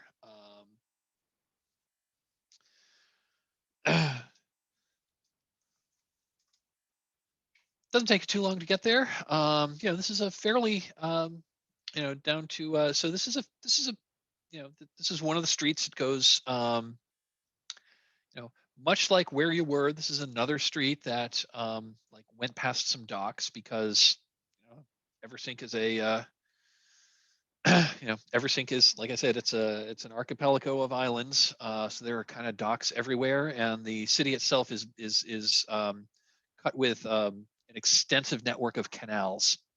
So there are boats. Boat is the primary means of transport around here. But yeah, you head over to Harbor Approach, and yeah, this is another.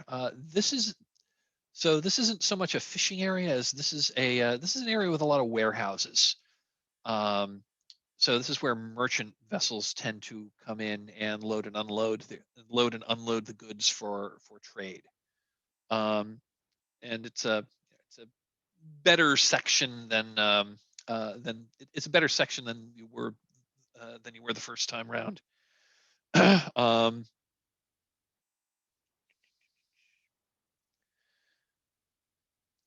And you know, as he's leading you there, and he says, "Yeah, and it was a pretty dark night. You know, the stars were out, but there really wasn't any moon. So, and in that section, it was so late that you know, there weren't a lot of you know, like some of the street lamps had burned out, and yeah, it was a pretty dark night. So."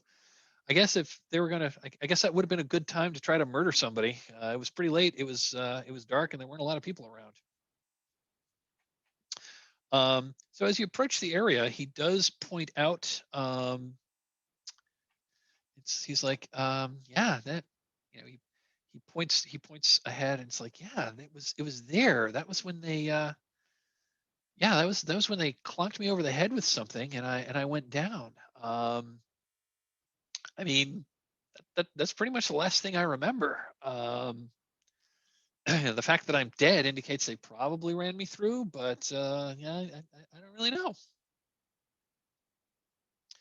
Um, and as you walk through there, he says, "Oh, that's her, that's her," and he points at a toothless old woman. She's got like long, scraggly gray hair.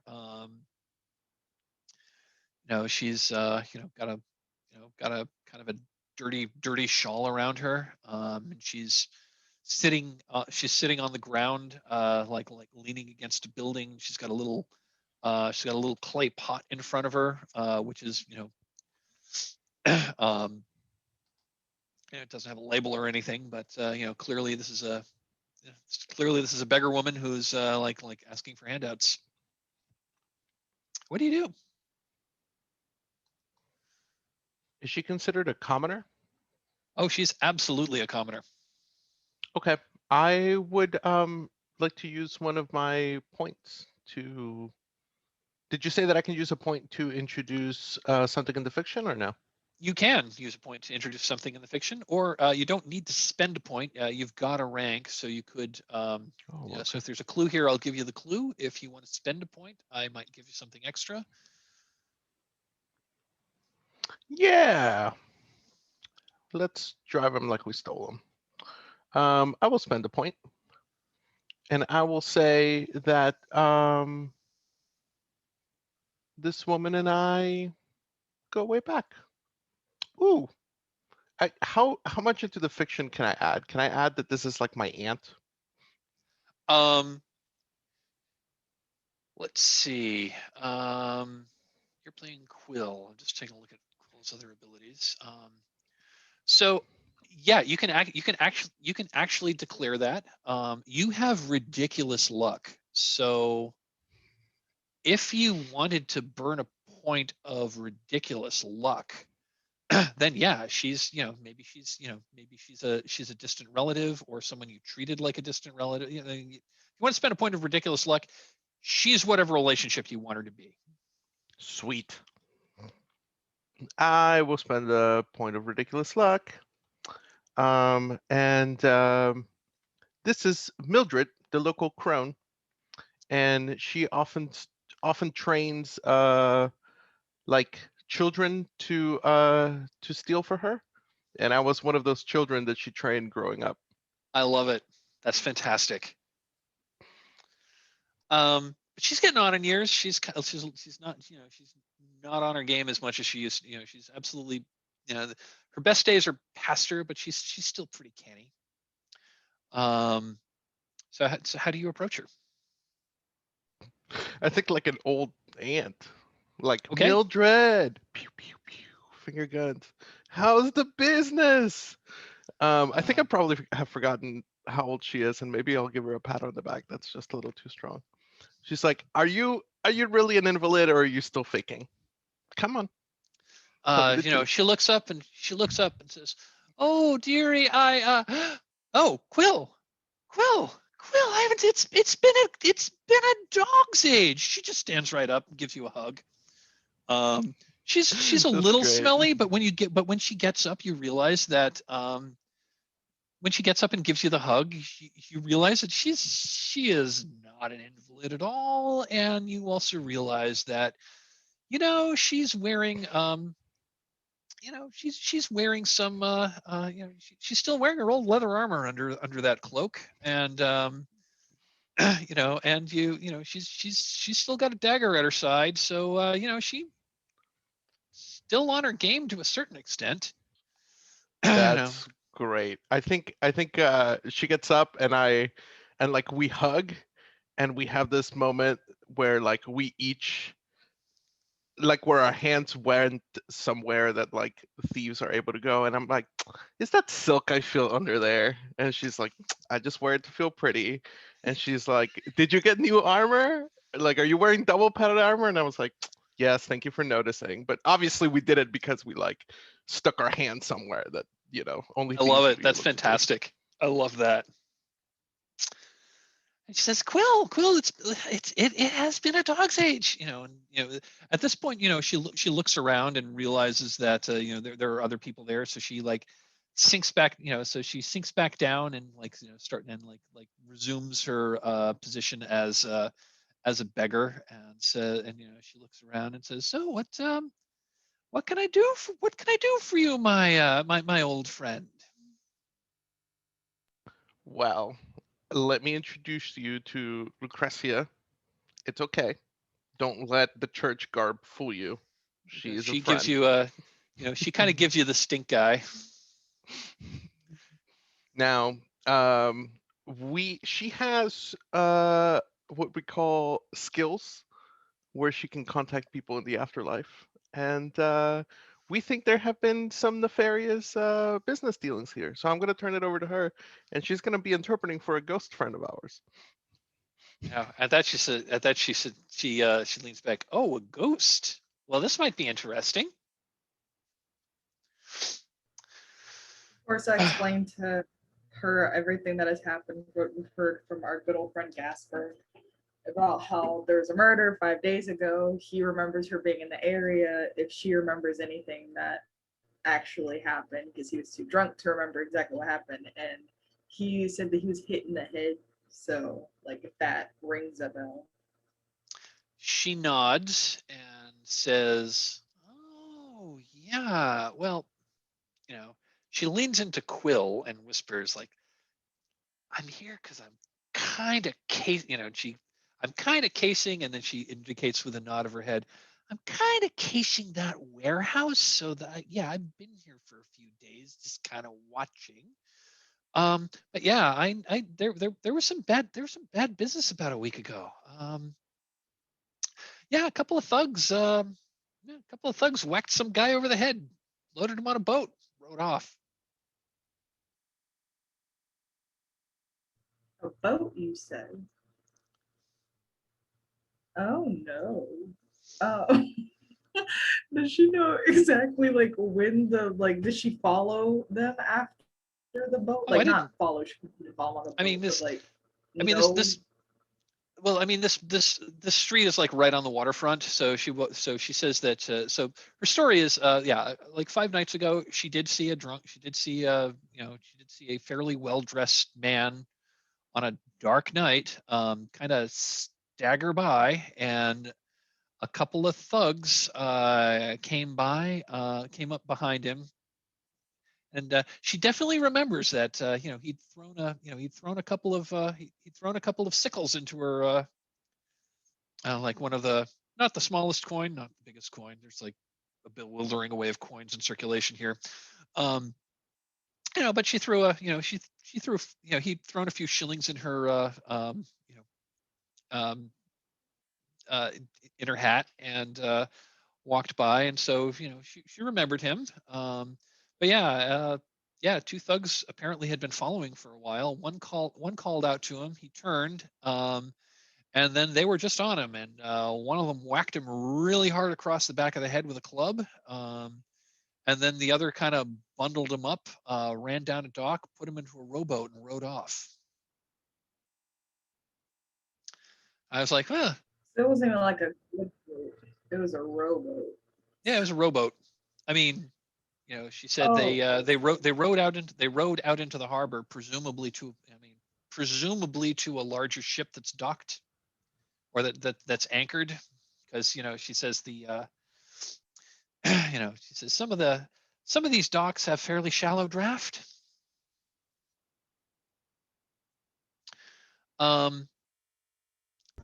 And sorry, you go. No, you go. Did the ruffians have any marks of the trade, so to speak, either as sailors or something closer to your own profession? Well, she says, it just so happened that when they started to drag him up the dock, a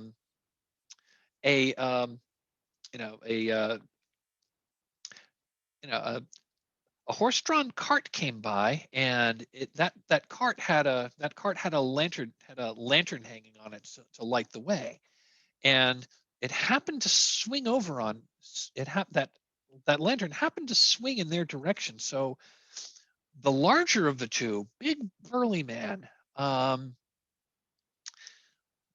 definitely had the look of a fisherman, especially since he was he had his he was bare sleeved, he had fish tattoos up his arms. Now I think he goes by the name Eel. Don't know his real name. That's a street name.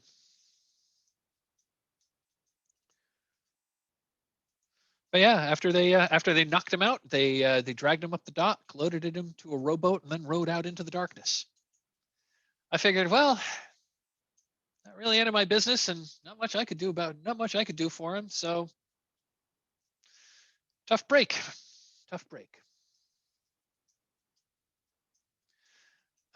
At that,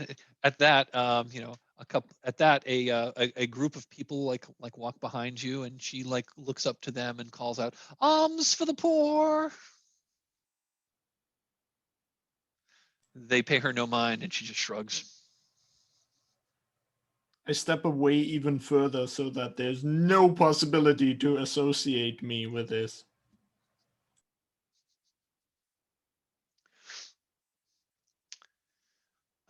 Let's see. So it doesn't seem like we're going to get any much more information than we already have from her. That's about all you got. I will say, let's see. Anyone have scurrilous rumors? Yes, Lorenzo. Eel? She says, you know who Eel is.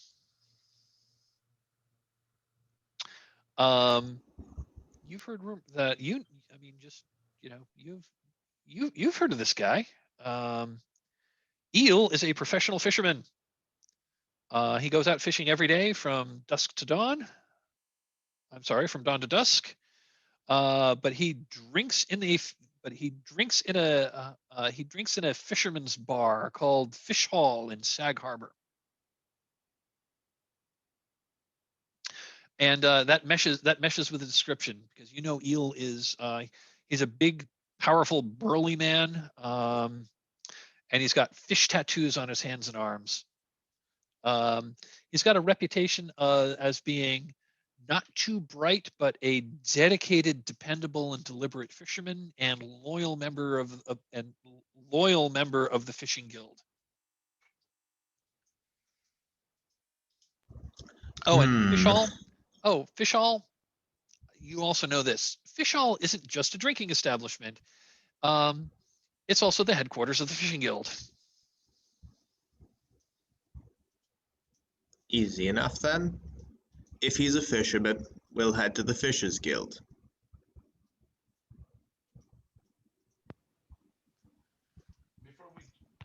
Before we do while we're here, can we inspect the crime scene? Absolutely.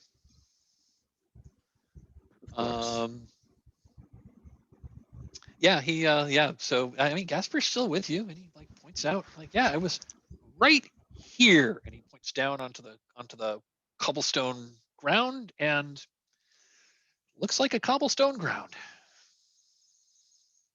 This is a pretty busy area. There have been, in the past 5 days, there have been scores of horses and carts, and perhaps hundreds of people that have trod through here. But at the same time, Mildred had pointed out which particular dock they had dragged him off, and it's actually the dock that's if he was killed here, it was the dock that went out right there. So they were probably waiting for him to walk by that particular dock, and that's why they hit him there. At least that's what you'd think. So you have the clue eel. You have a clue of Fish Hall. It is 10 minutes past 11. I think I'm going to call, unless anyone wants to, I think I'm going to call a quick break unless anyone has a quick question before we do. I was just going to ask Gasper if he, how frequently does he visit, or did he visit the area? Because you said, it seemed like they were waiting for him specifically. Did he, frequent that tavern? He said, yeah, he definitely, he was a regular at the abandoned tankard, and he says his flat is not too far from here, so yeah, he would walk past this way basically any night that he'd gone drinking. He then pauses and he said, yeah, I guess that was a pattern.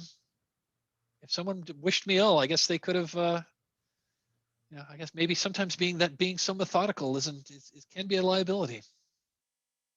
Oh well, too late to learn that lesson, I guess. And at that, I think I'm going to call a 10-minute break. Let's come back at, I've got 10 past. Let's come back at 20 past. See you in 10 minutes.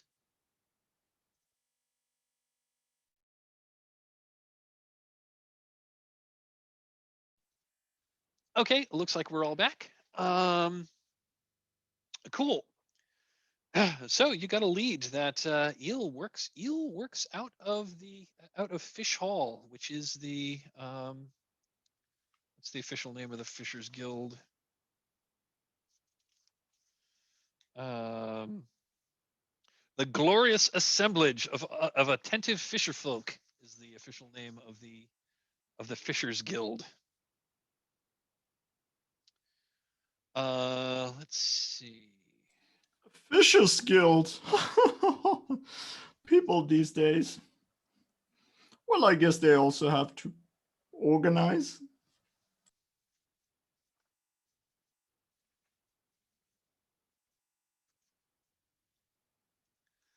So, yeah, I mean, you don't even need to have city secrets and whatnot to know where Fish Hall is. It's not a super prominent guild hall, but it's not the highest tier, but it's up there. The Fishers Guild, they're pretty important because they basically have a stake in all of the fishing that's done in Eversink, and there's a lot of fishing done in Eversink. Has our phantasmagoric friend had any deals with the Fishing Guild?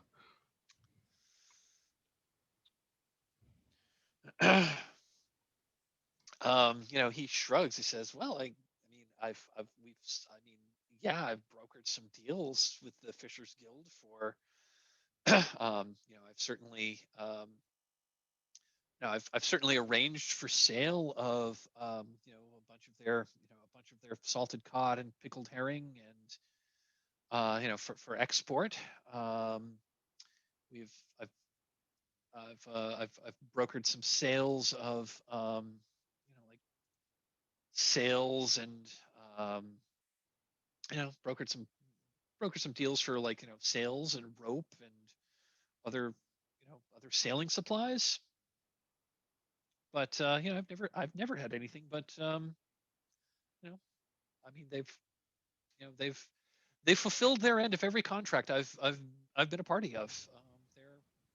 Sometimes they drive a hard bargain, but they generally deal in good faith, and they're and the color of their gold is correct. So yeah, I wouldn't have thought. Lucrezia, will you ask the man what his business was precisely? That's true. You never did tell us what. You just said you're a merchant. What are you merchanting? Because Well, honestly, a little bit of this, a little bit of that. that's the worst answer for a dead man.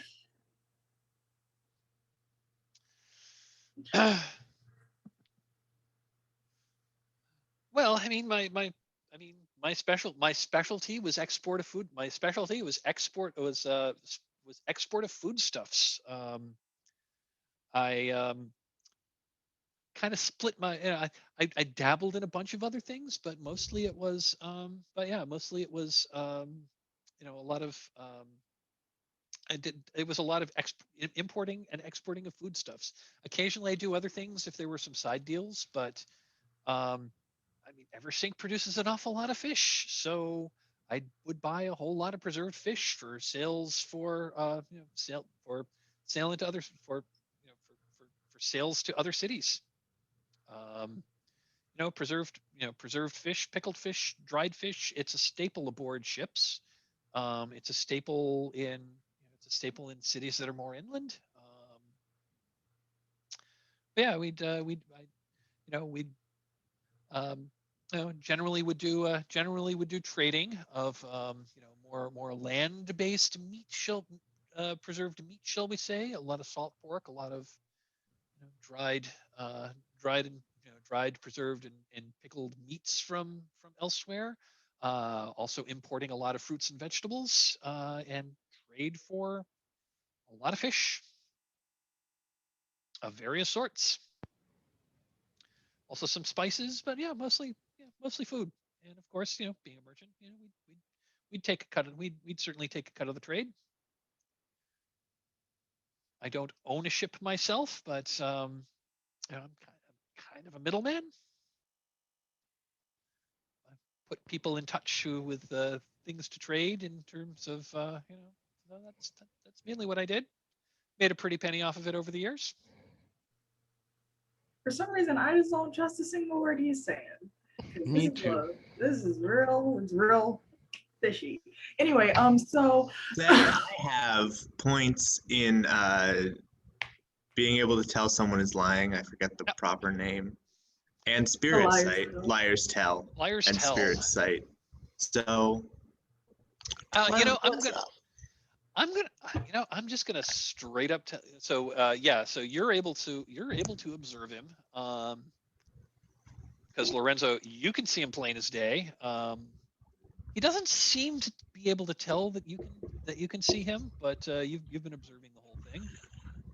And as far as you know, it's weird because you don't really trust anybody, but this guy doesn't. You don't really get any sense of that this guy's trying to tell you. You do not get the sense that this guy is trying to sell you a story. He seems to believe what he's saying. Ah, so he's just an idiot. That's exactly it. Can I ask him if there was ever like a selling that he ever had that like went awry? Like it was supposed to go well, but it kind of got screwed up somehow. Like just the deal that didn't go well. He shrugs his ghostly shoulders and says, "Well, I mean, yeah, certainly deals go bad all the time. Every once in a while, you put together a trade, and what arrives wasn't what was advertised, or ships get lost at sea, and sometimes if you were expecting if I was importing if I had arranged an import of a hold full of tropical fruits from points south, it's possible the ship that ship got attacked by pirates, or hit the doldrums and was stuck at sea for a long time, and the fruit went bad, and so by the time it arrived, they got a hold full of spoiled fruit. It happens. It's it's one of the one of the occupational hazards, shall we say? And we I mean, that's that's why companies buy insurance, right?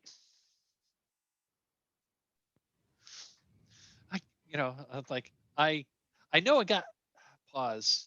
I knew a guy that sold insurance, was very at very reasonable rates.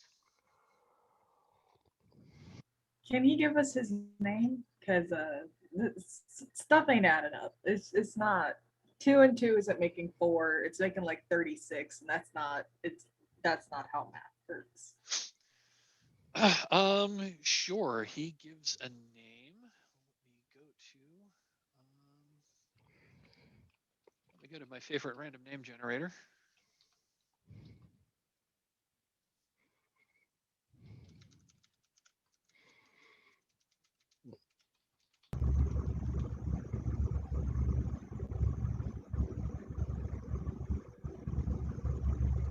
We'll call him Monk.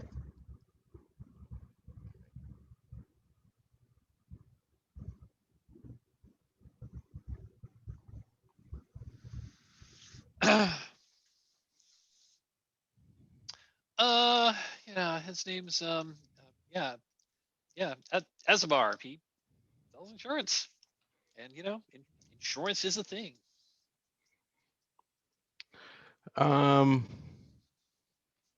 I turn to talk to him, and I go, "Listen, Gasper," and then Lucrecia like turns him to the other side, and I'm like, "Listen, Gasper." I too am a merchant of sorts. I too connect people, and I too move objects from one place to another for a profit. But the difference between you and I is you keep books, presumably. Do you have records? He nod, Gaspar nods. I will say to the people who can actually see him. Okay. Are these books around that we can access them? Well, yes. He says, I do keep records. I kept some. Yes, I kept records. I kept meticulous records. I was always up to date on all of my taxes. I was, dutifully, I dutifully paid my taxes to the church, to the city, and to the church. You can check with them at the city records hall. They're under my they're under my name. Does he have a personal ledger though? Well, I do have a personal ledger, but he pauses, like, look, I get what you're saying. Problem is that ledger isn't exactly that ledger's in the same spot I keep the money that I've promised you, and how do I know that if I give this to you, you're not just gonna take the money and walk away from me? Not like I have any other leverage here. all about I leverage, can right? give him my word as a person of the church, and also because nobody knows that Lorenzo can hear him besides Lorenzo, correct? Correct. And I Okay, don't know so if you've let on that, and Lorenzo, I don't know if you've let on that even that Lucrezia knows. Are you trying to conceal that fact from her? as far as I know, nobody Okay. else can hear what he can say. So if nobody else knows what he can, if I don't know that anybody else knows. More of the story is Gaspar only thinks that I can hear him as of right now. As far as you can tell, Gaspar only thinks that you can hear him. Yeah. So I can give him my word as a person of the church and be like, I won't steal your money, but we need this freaking ledger. Pretty please. I don't have to tell the others of the location. If you just tell me the location so I can get this ledger to help figure out your debt. So I'm going to say he will absolutely go along with that if you spend a point of trustworthy. Okay, I shall spend the point. Okay. He says, you know, he sighs. This is okay. I'm going to trust you as a duly appointed servant of the Church of Denari. Okay, I'm gonna trust you. I assure you, my books are on the up and up. And he gives his address, which is actually only a few blocks from where he was murdered. Okay. Can we go there after we try to find Eel? Up to you. Yeah. Are you guys down with questioning Eel? Yes, let us go deal with these fishmongers. With let us get this over with. Let's go deal with Eel. Okay, awesome. I am going, before we do that scene, I actually need to step away, so I'm going to call open. So I'm going to avail myself of the open door policy. I'm going to call a really quick break. I'll be back in like 3 minutes. I'm sorry. I'd not played with Chris before, and yes, I had. I actually don't remember what the comment was. But yeah, I do now remember that Chris said he was going to have to leave at about he was going to have to leave the game at about 11:45, and it's about 11:45. So, okay, I guess we will continue without him. He had been playing. I'd propose that, strangely enough, just after hearing the location of the ledger and the cache of money, Lorenzo remembered that he had to do something. He had to go on an important delivery for me, and I don't know what the delivery was, but why would I keep track? And now he's gone, and I'm blissfully oblivious of what could have just gone down. I really like that. I was going to propose something pretty similar, that Lorenzo goes off to do something, and the fact that he was eavesdropping on the conversation that Lucrezia and Gaspar were having, and where he revealed the location of his personal treasure, that perhaps Lorenzo is going off in that direction. But maybe he'll come back with just the ledger. He's a very trustworthy man. Oh yeah, you can trust him with your life. Alrighty. Okay, so I guess we're all back. So we will continue. So you had the so basically you're gonna stake out Fish Hall, and so like Mildred had told you, Eel seems to be, Eel is a dedicated fisherman. He goes out like a little before sunrise and comes back right around sunset with a load of fish. They unload the haul in dusk and twilight. Then he generally goes into Fish Hall for dinner, because they do run a tavern for members. He goes in there for dinner, and then he generally has a drink or five, and then he also seems to rent a room in the guild hall. And after dinner, he goes and collapses into his room, and then gets up the next morning before dawn and repeats the whole thing. He kind of keeps hours like clockwork. So I'm gonna say so is the plan you're gonna like stake him out and like try to follow him for like to try to get his patterns, or are you gonna confront him the first time you see him? What's the plan? No, I mean I'm happy to I'm happy No, to that's- set as much as much time as we want here. No, I was gonna ask, none of us are like any closeness with the Fisherman's Guild, right? I'm sorry, Like, we I don't didn't know much about. we don't your audio was a little fuzzy. Can I ask you to please repeat that?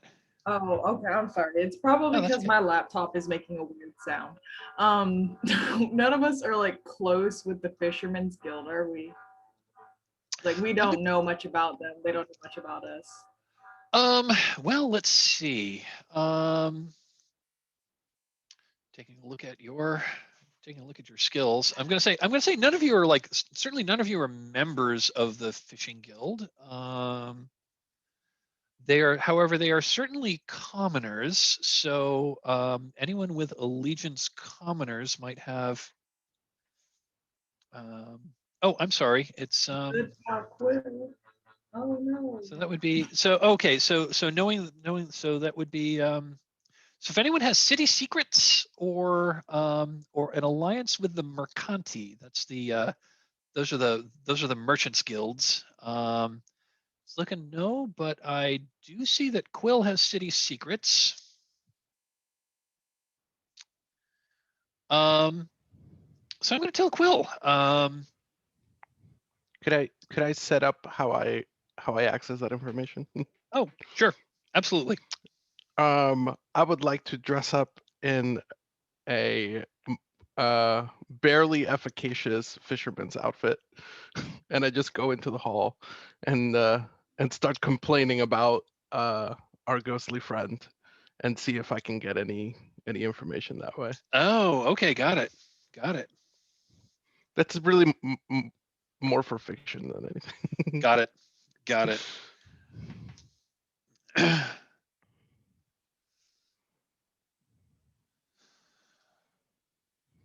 me just a moment. I wasn't expecting that. Let me just read something here quick. Nobody expects the Spanish Inquisition. I will. That uses up a point, yeah. Well, I'm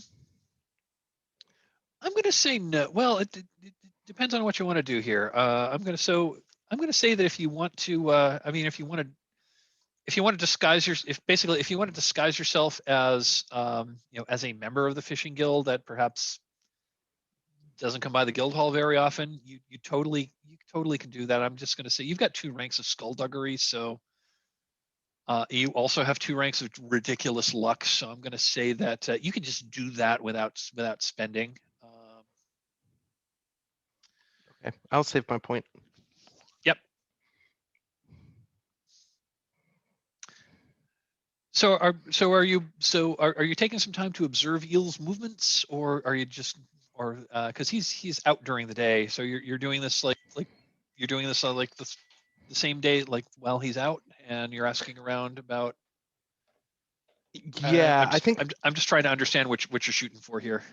sure. It's the middle of the day, and last scene we had, we were like in front of the Fishing's Guild, and we are discussing with Gasper, right? And so I think I'm gonna say, hold on, I'll get some questions. And while it's the middle of the day, while Eel is out, I will try to get the general feel for the entire guild. Like, let's see if our ghostly friend has managed to piss off the whole guild, or just Eel.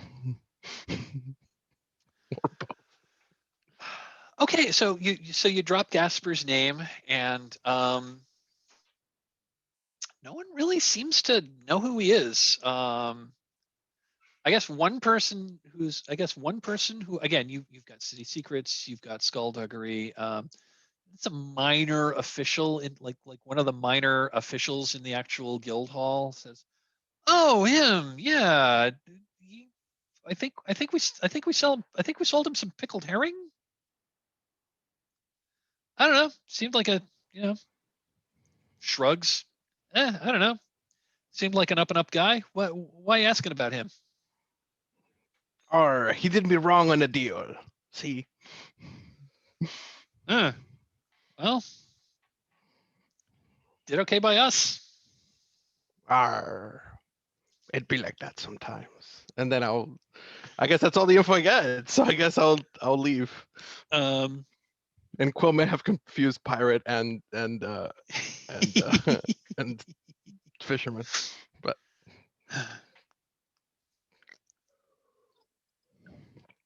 hold on. I'm just reading ahead here.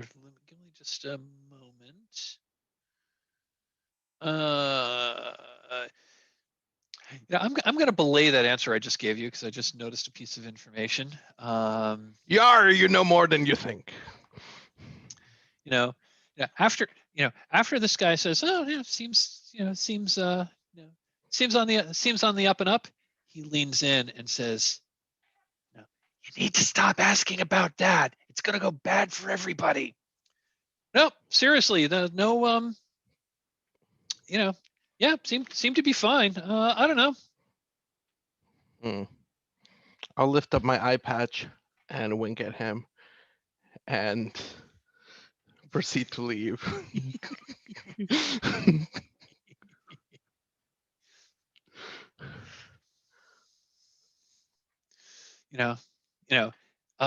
then says, big wink. It's like,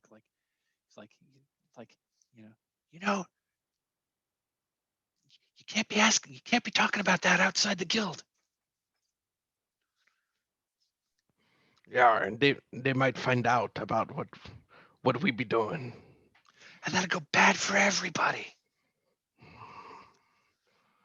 It'd be quite a mess if they would to find out. It could be the ruin of us all. So, shh. Yar. Remind me again what I face. If I were to slip what we've been doing out. Well, I mean, it's going to jeopardize. I mean, we've had, come on, we've had you come to the meetings. You know this. It's why we've had 50 years of the best fishing hauls. I mean, we've got to make the sacrifice. We have to, or the city would starve. Yar, it's for the good of all. Exactly. And who cares about a couple of out-of-town merchants? Yeah, So, no one be missing them. That's true. I'm going to. Okay, so usually at these places, like they have alcohol, right? Oh yeah. Oh boy, yeah. do they have? This is a fisherman's bar. Of course, it's a fisherman's bar. I'm sure the ale flows like wine here. So I think I'll just reach over and start pouring drinks and telling him about my first mate, Mole, the absent-minded, and start telling him about how Mole has recently been hit in the head and remembers nothing of this, and I have to retell it to them in the hopes that he will drink too much and start retelling everything that's happening in himself. Got it. I think in order to take that, I think I'm going to ask for a spend on that. So why don't you spend a point of charm on that to? Oh, that is. Why don't you spend a point of charm? I think that is more than reasonable. Because I kind of dropped a pretty big clue there for you. Mainly because we're getting, we've got about an hour left of play. Okay.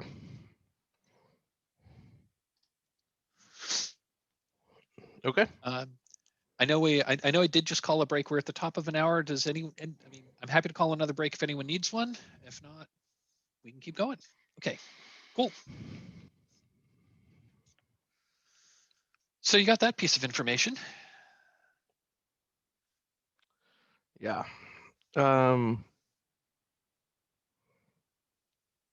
Nobody would miss 2 marches. Out of character, do you all have anything else that you all think I can get out of him? No? I can't think of anything. Okay. Yeah, not really. All right. Okay, and then Mike, this is probably all that I'm gonna get out of him, right? I think that's probably all you're going to get out of this guy. Sounds good. Okay. I'm going to say he was this is a lower ranking official who's maybe doesn't know all of the rank and file.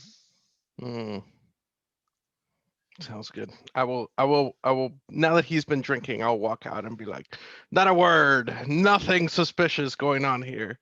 And I will walk out and down the stairs of the hall to my group. Nothing suspicious. Take off the robe and be like, there is definitely something suspicious going on here. And then I will relay everything that I just heard. I knew it. You cannot trust them. You cannot trust these people. They bring in fish, smelly, rotting fish. You know, they're capable of anything. So we might as well, we may have to hound them. We may have to find out what it is they are trying to hide. So you're going to basically intrigued. Oh, I'm sorry. No, please go I'm ahead. very intrigued and disturbed by the thing that he said about like the sacrifices. So what the biscuit is that? Why are we sacrificing merchants? Like it seems like they have to sacrifice like a random man or just a person or nobody who cares about, and like throw them into the water to feed people. I will explain what I think the context was. Is I think it was in less of the occult and more as in it was done. They did a crime for what they think is the good of the collective, right? Yeah. Mike, was that the context of the conversation? He was Or deliberate. could it have gone either way? It could have gone either way. He was deliberately vague. Never mind then. He was deliberately he was being vague, but or stating something that he just kind of assumed but you don't quite get the context. But he did say something about it's a sacrifice for the greater good, and people might starve if word got out. Okay, so Quill is a very superstitious woman, so she's going to say there are eldritch powers here. She's going to lean into thinking that this has to do with sacrificing to something dark and mysterious, whether it is or not. And then she'll spin around 3 times and like spit on the ground. I love that. That's great. Let's see. You've got city secrets. I guess that was Lorenzo that knew that. Oh yeah, that was Lorenzo that knew the scurrilous rumors. So. Are you gonna like stake out the place and like watch Eel's comings and goings for some period of time? Yeah, and it pretty much matches what Mildred had told you. His comings and goings are like clockwork. So you case the joint, you find a decent hiding spot that you can hole up in. You watch the place, and yeah, he pretty much follows that behavior. He goes out before dawn he goes out to his boat before dawn, goes out all day, comes out before sunset, unloads his fish, has his meals in the hall, sleeps in his room at the hall, and then repeats it every day with takes one day off. Oh, one thing that is unusual that you noticed, Lucrezia, it's like the second day of this, it is unusual that there's temples to Denari all over the city. This is her holy city, and most denizens of Eversink are faithful to Denari to some extent or other. Eel didn't go to services. Little unusual. Because going to services, getting the blessings of the goddess of commerce is generally good for your purse.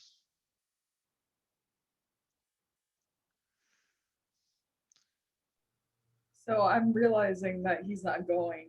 Like, so it's like a alluded time where everybody goes to. Yeah, a it's like certain- there's like a usual weekly service time that you know it's it's like it's like 9:30 on Sunday morning, pretty much for like half an hour or for like 45 minutes, the city more or less shuts down as everybody goes to service. There's another later service for those so that people there's generally a later smaller service that people can go to in the afternoon, so that not everybody so that not everybody has to go. Because if everyone everywhere was a church, that would be that would be an open invitation for thieves to start a looting. So but the morning service is when most everyone goes to, and then there's a later service for people that can't or won't go to the morning service. And Il doesn't go to either. Il does not go to either. That's sketchy. That is sketchy. I don't know what to do with this information. So not only is he a thief, but he might also be a heretic. Well, I mean, he may not be a thief, but he may be a heretic. He's definitely a murderer.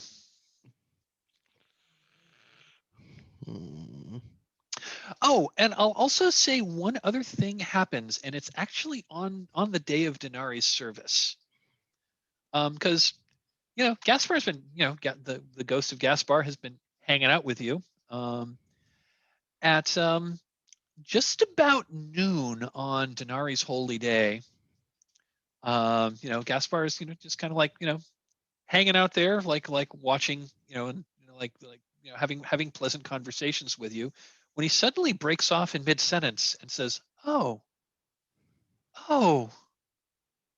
and this this little look of sheer and utter joy passes his face and says, "I'm remembered. I'm remembered," and then he just fades out. And disappears. Oh. Somebody made a statue of him so that he would stop helping us. Somebody made a statue of him to perhaps make him stop helping you.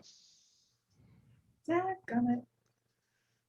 And I don't want to go back to the Fisherman's Guild because they're automatically going to realize something is sketchy if Quill shows back up again. So what is your plan, folks? I mean, you know Eel's comings and goings. You can time this to however you'd like.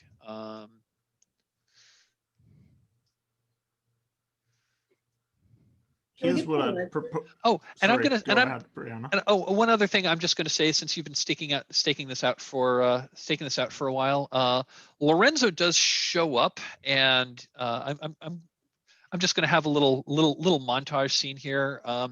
So while some of you were staking it out, I'll say maybe Lucrezia went back to the Lucrezia goes to like the city the city records office and looks up Gaspar's tax information. And sure enough, he has been dutifully paying his taxes. Lorenzo does show back up with a copy of his personal ledgers, and as far as you can tell, he's not keeping two sets of books. He seems to be these seem to be legitimate records. He seems to be an up and up. He seems to be a more or less up and up merchant. I mean, he may have a couple of deals that maybe he charged a little too much for, or gave a there's a couple of there's a couple of like regular people he seems to deal with that he seems to give a better deal than others. Like perhaps he likes them, or perhaps he might be getting a little bit of a kickback. But for the there's nothing blatant, there's nothing obvious, there's nothing worse than most other people are doing.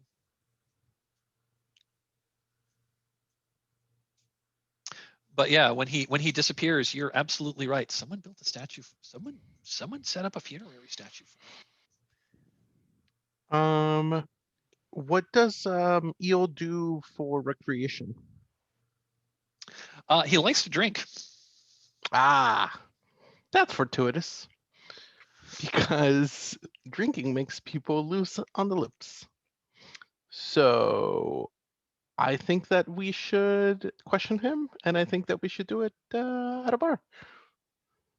Well, he frequents the bar at Fish Hall. That's more or less the only place he drinks. Now, Fish Hall is, I mean, it is a bar that's open to the public. That is in the Fisherman's Guild. The vast majority of people that drink there are members of the Fishing Guild, but it is open to the public, and there are people that aren't members of the Fishing Guild. So it would not be completely unusual for non-members to walk in. It might be unusual for like someone who's obviously noble, like Lord Callio, to be slumming in a place like this. But sometimes the nobles like to see what the common folk are up to. Sure. It's in which case said nobles are usually made fun of behind their backs by the common folk. Sure. How would you all like if I spend a point of luck and we set up a scene? Yeah, are you down with that? Simon, is that okay? Sure, go Okay. ahead. Let's see What where are you- this is going. I'm also happy to escalate things. To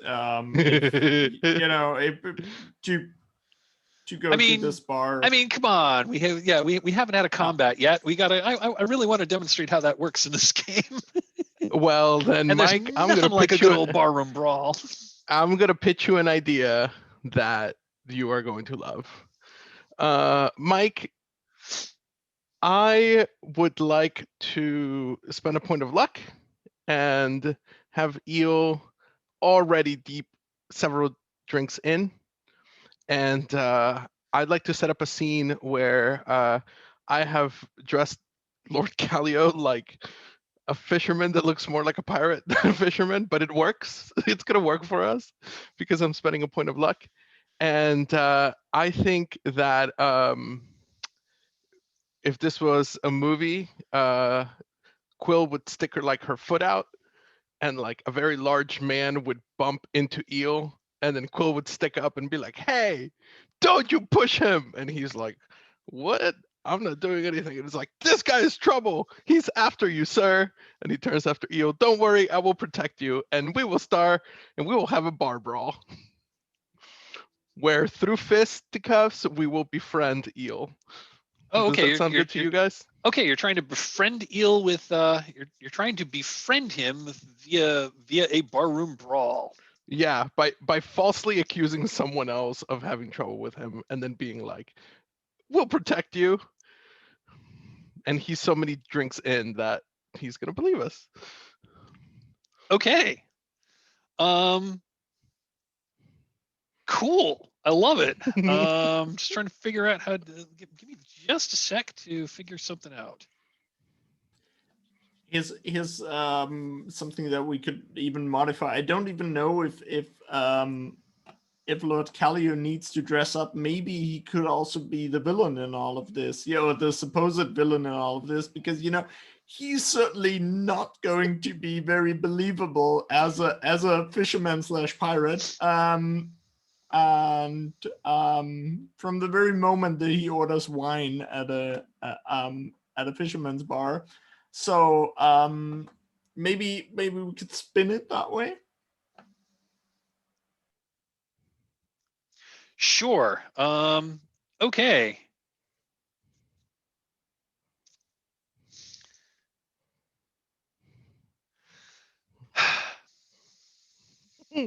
I would like to set up Lucrezia as the provocateur, where Lord Callian like bumps into him, and I am like protecting Eel. I'm also like espousing commerce, of the common folk, and then Lucrezia is on the crowd and is like, yeah, other nobles take our money.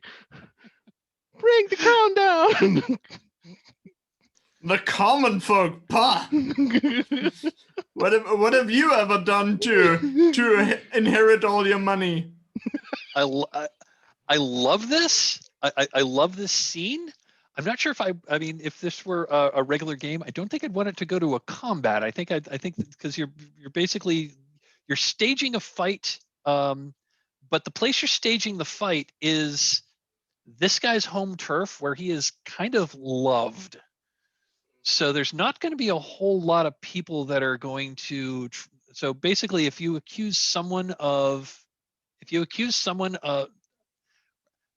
think we'll just pretty much play the scene. So you're spending the point of luck. I think I'm going to kind of hand wave this because this doesn't really feel to me like it's really a fight scene. You're like staging a fight scene.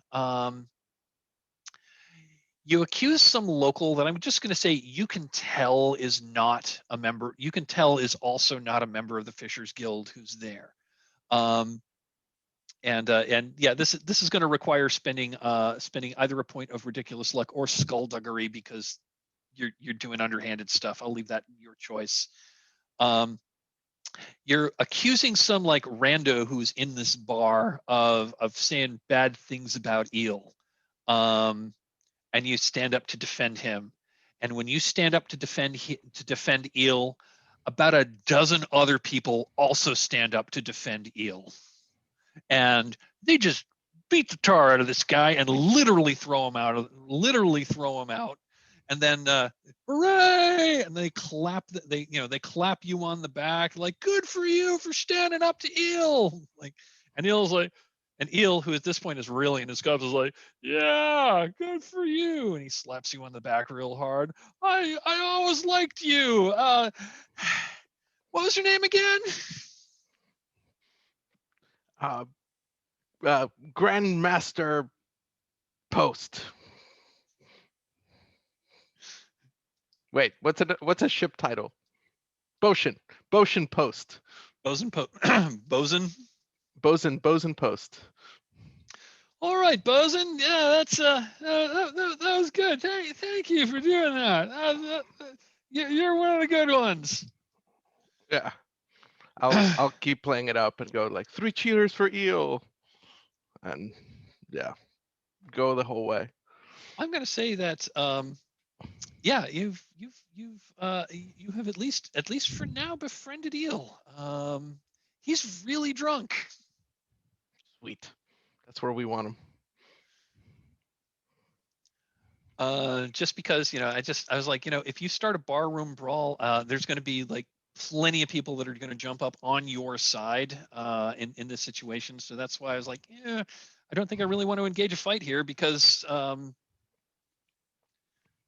let's pretty much just hand wave this scene. Sounds good. I'll let either Simon or Brianna sort of take the lead on questioning him.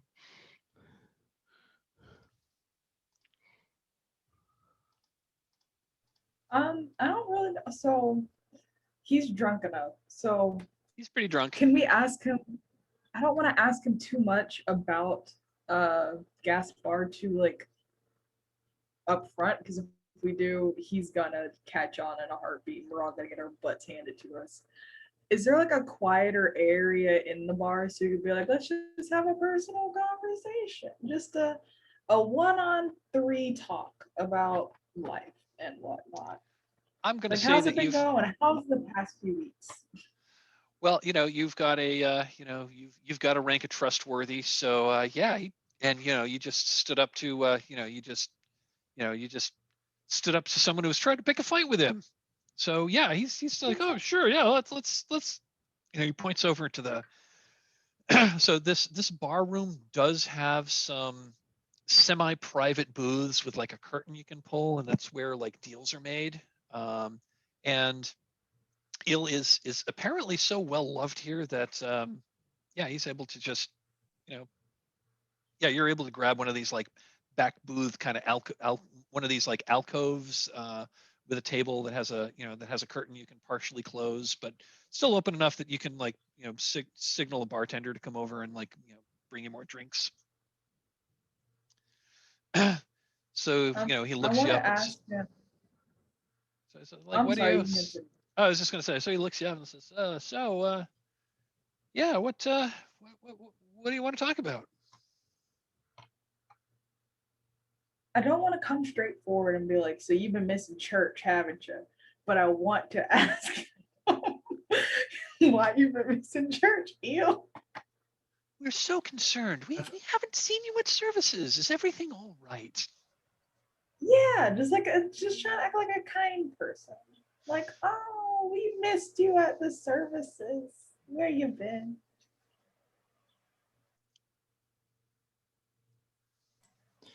And if that doesn't work out, then I'll jump in and I'll lean across the table and I'll be like, you know, Eel, we could use a man of your talents, I guess, to earn a little extra money if you could do us a favor. But there is one catch, as you as a fisherman, I'm sure are aware.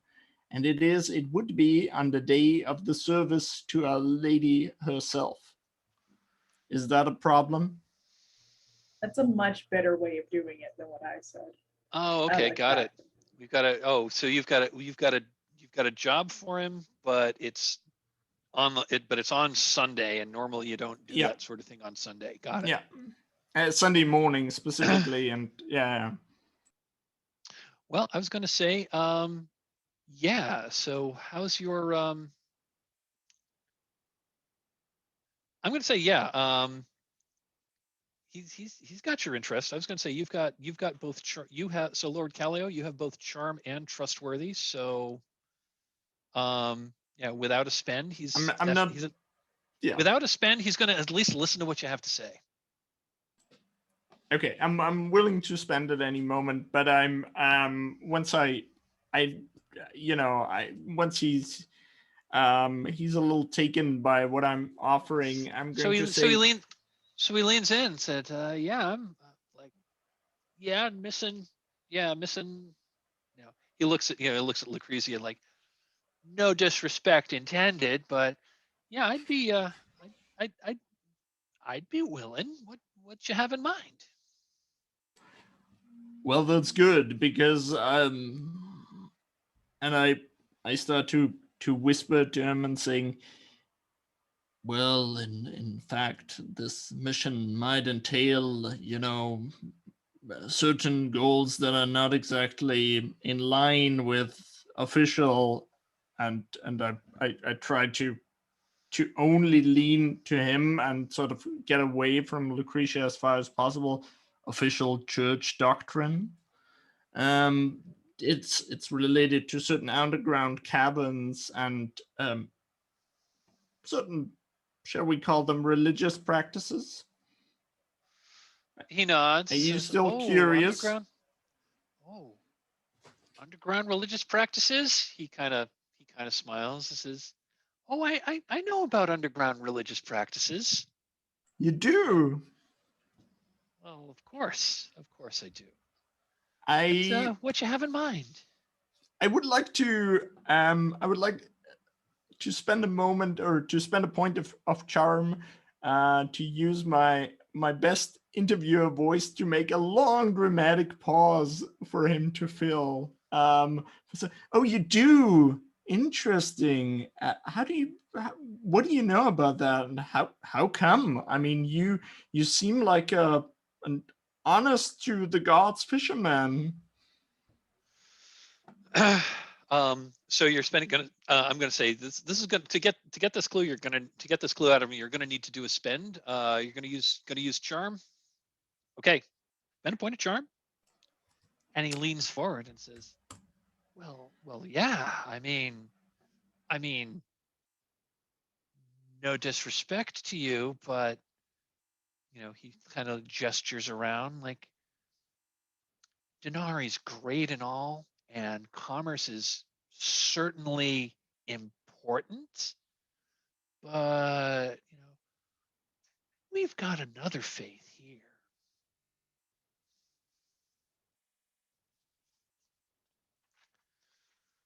And again, he says, with all due respect, if we, what's her name? I'm blanking on the name of this. And the it's important to commerce that we keep the scaly mother happy. I mean, so much business is dependent upon the scaly mother's blessings, as well as Denari's, right?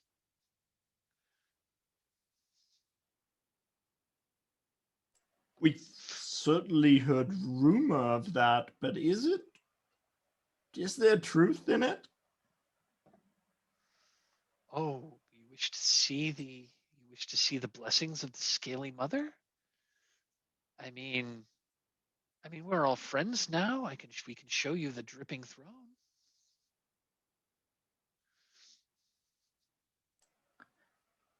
Sure.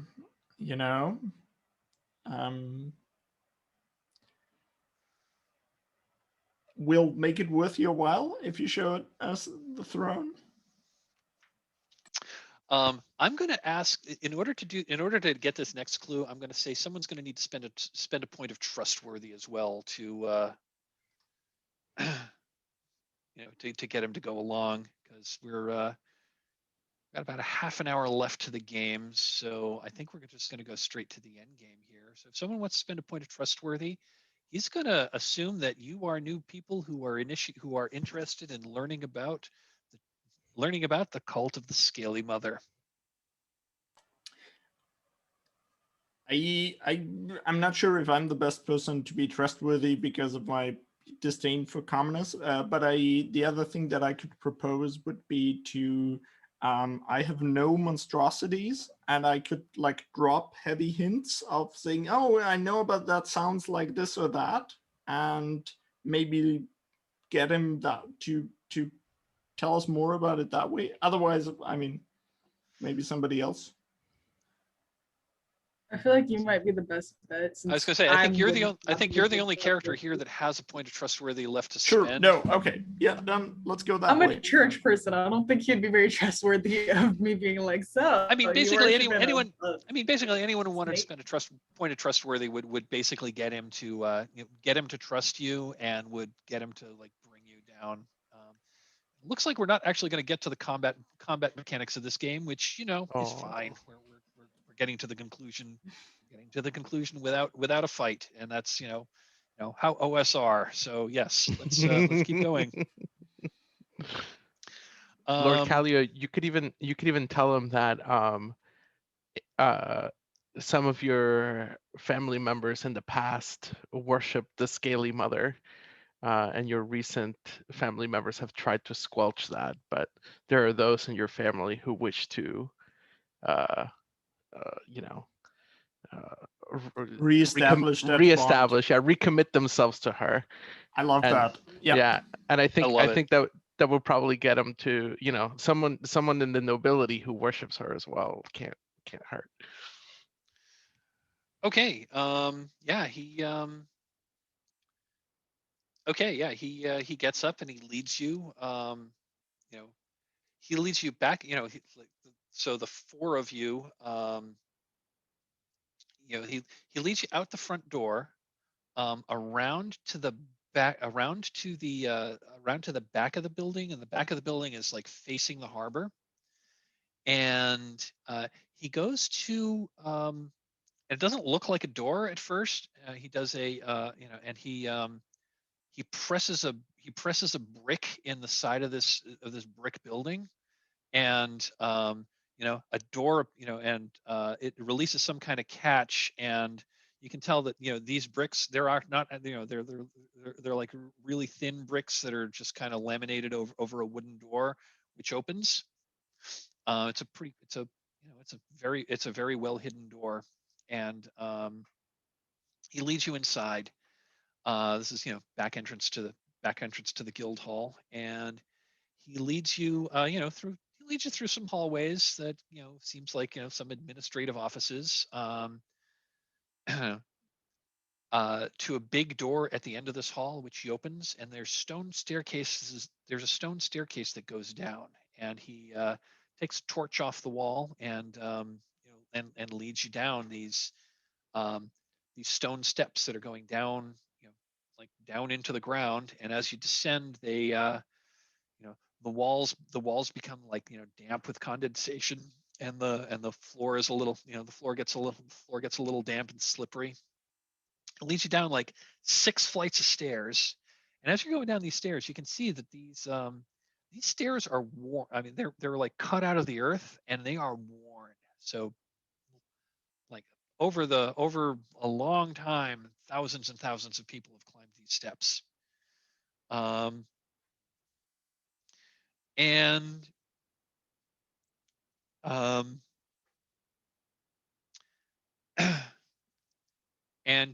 he leads you to a and at the bottom of the steps, it's this kind of like underground vault, with a vaulted ceiling. Again, it's all like brick and stone construction down here. And there is a woman comes out of a side passage, an older woman. She's probably in her 50s, and she says, "Brother Eel, why have you brought strangers? Why have you brought strangers down here?" And he responds, "Oh, these are new potential initiates. They are curious about. They are curious." And she looks at you with a very strong look of suspicion. Says, "Oh, is this true? Do you really seek to be initiates of the scaly mother?" I would like to spend a point of nobility and or taunt, I don't know, one of the two, to say, to sort of suddenly, erupt in anger and go, "Do you doubt my word, good woman? Do you really wish to get into this here and now in these sacred halls?" That would work. Also, command would also work. I'll go with nobility just because I like it so much. Sure, absolutely.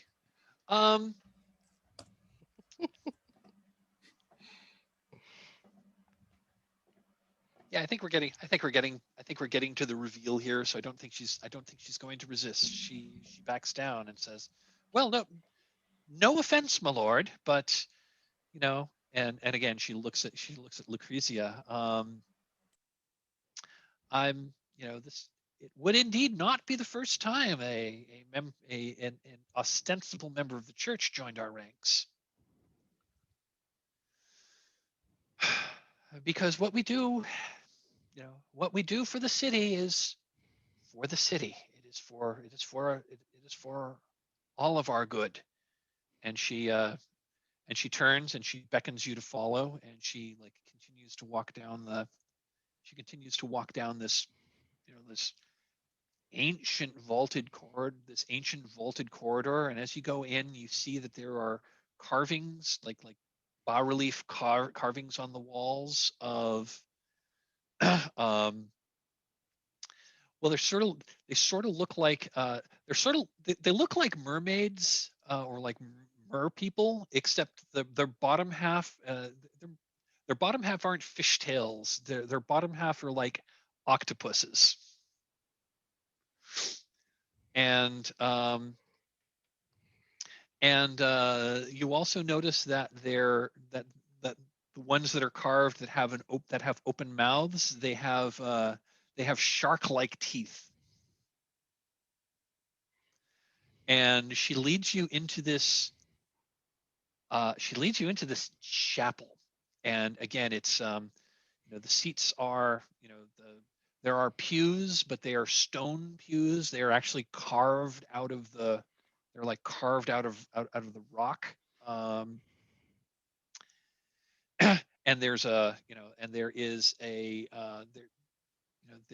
is no altar per se, but there is a large stone throne.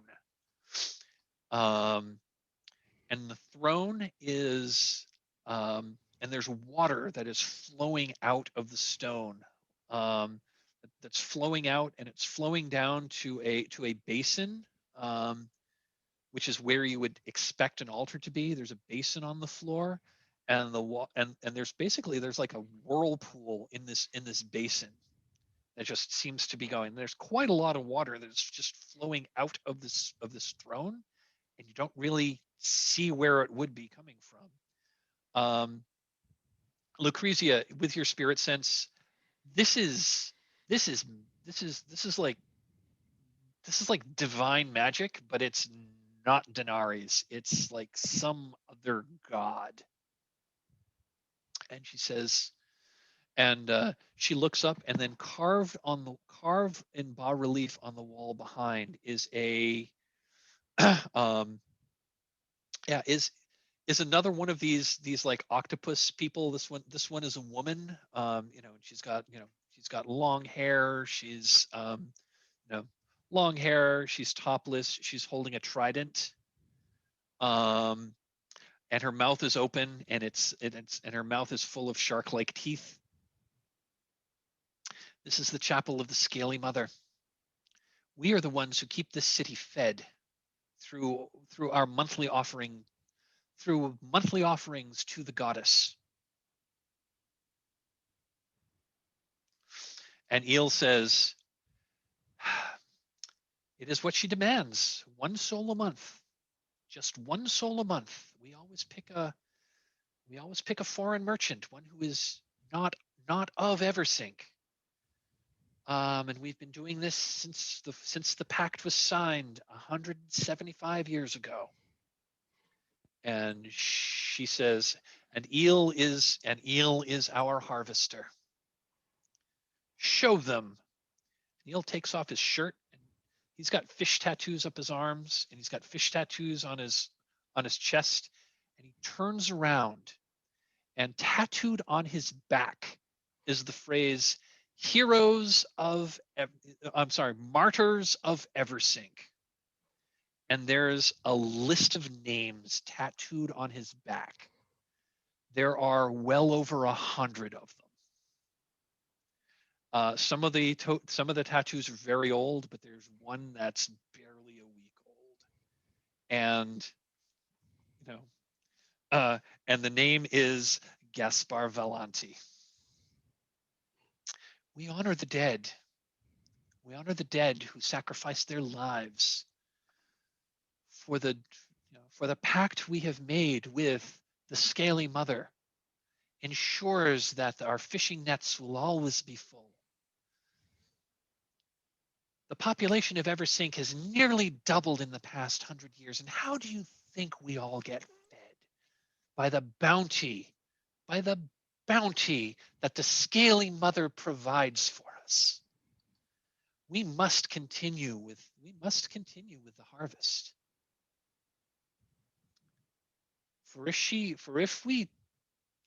Because if we end the pact, our nets will be empty. And thousands, tens of thousands would starve. We do this for the good of the city. And I'm sure Denari herself knows exactly what we're doing. Oh, I'm going to say one other thing that you noticed, Lucrezia. Normally, when you're in the city of Eversink, you feel the blessing of Denari on you, and it's just a palpable feel that makes you feel just good because it is said that Denari is Eversink, and Eversink is Denari. And when you are in the city of Eversink, you are in the bosom of the goddess, and you don't feel that connection here. You are in the presence of a different goddess. What do y'alls do? I want to ask, who started this pact with the Scaly Mother? Because they said it was over 100 years ago they started this pact, and we've been fed and all of those lovely things. Can I ask them when this pact started? Like not when it started, but like who started it. Well, it was started, 5 generations ago, she says. My great grandmother began. My great grandmother was the first priestess. She had been a faithful of Denari, but it is not well recalled now. But after the it's not well recalled, but after the war with I the GM and blanking on the name. I the GM and blanking on the name of another city state that Eversink has had rocky relations with. We were at all-out war, and they had successfully blockaded the city. This is an island city This is an island city. We have no farmland here. We have to import all of our food. They were starving the lifeblood of Denari. And my great grandmother was a priestess, but she had access to many archives, and saw references to the Great Mother, who was a goddess of the sea and a goddess of the creatures that live in the sea. And she offered a pact. She offered a pact that in exchange for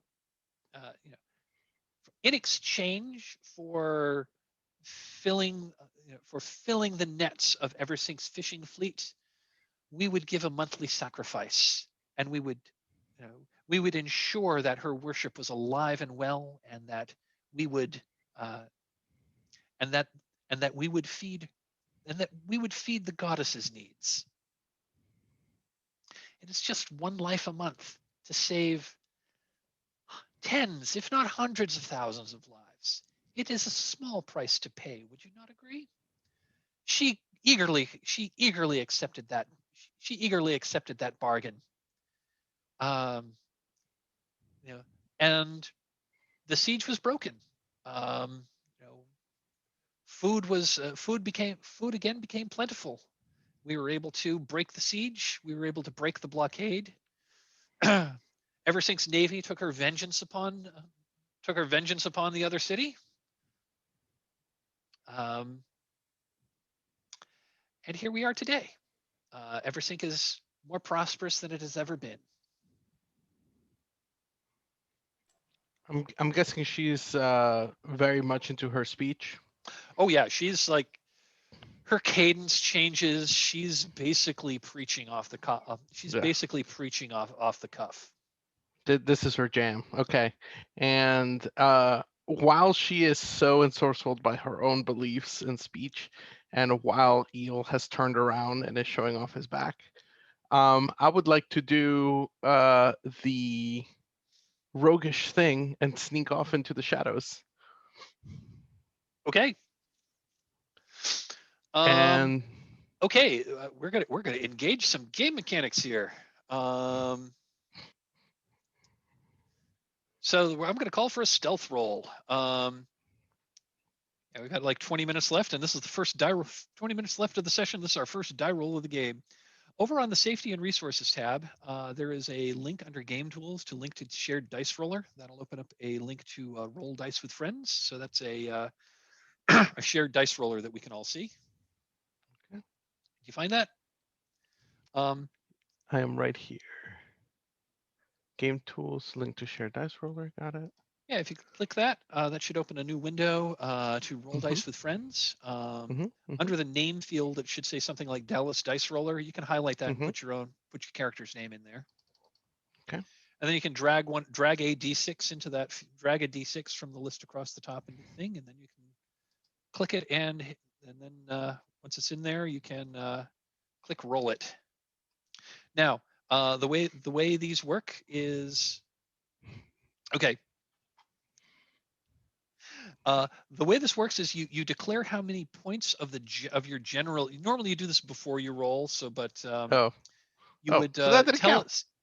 I was going to say we'll leave it count. So, like I said, you can spend points of your general ability to add to that. So, this would be a stealth roll. I'm going to say the threshold is 4. I will tell you what the threshold is, so you can decide how many points to spend. So if you want to spend 3 points, that's going to be an automatic success.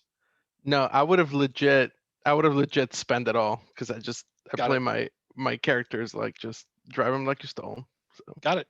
So yeah, you've snuck off and they haven't noticed. sweet. It's plenty of Also- shadows in this room. Mm-hmm. Also, Lord Callio is really engaged with this conversation because he can absolutely see the logic of the speech, and he's like he's trying to get a word in here. They're saying, but does it have to be a man of that social standing? Can't we just take, a random person off the street that's not worth that much to society? And he's completely like he's buying into the whole religion because he can absolutely, to an aristocrat, this is like. On the to the response, she says, well, I mean, the Scaly Mother doesn't care whence the sacrifice comes. It has been our practice that we always pick someone who is not of Eversink.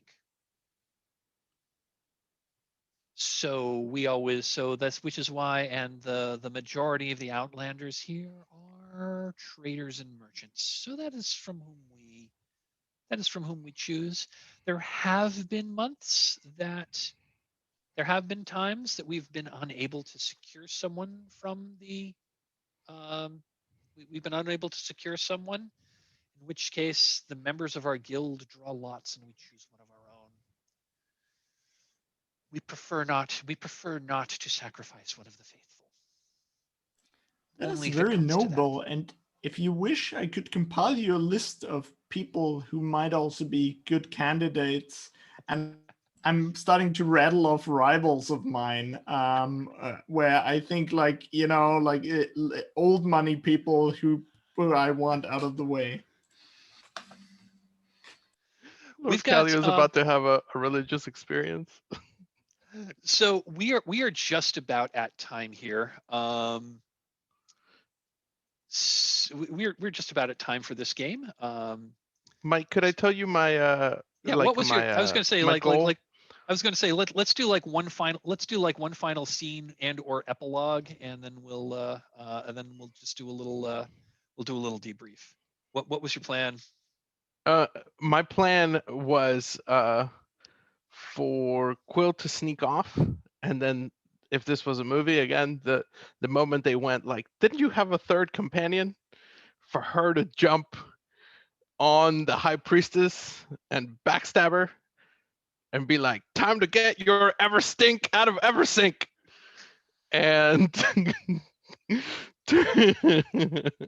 turn to Lord Callio and Lucrezia and be like, get this man's back to the police, because that's like evidence, right? If we can get that to the police, he's gonna go to jail. Okay. If I'm No, now the city is about to starve. Didn't you listen to the woman? you've got Lord a dead. Callio, this is not time to be religious. These people are bad. I was going to say, so okay. Yeah, just for the rule of cool.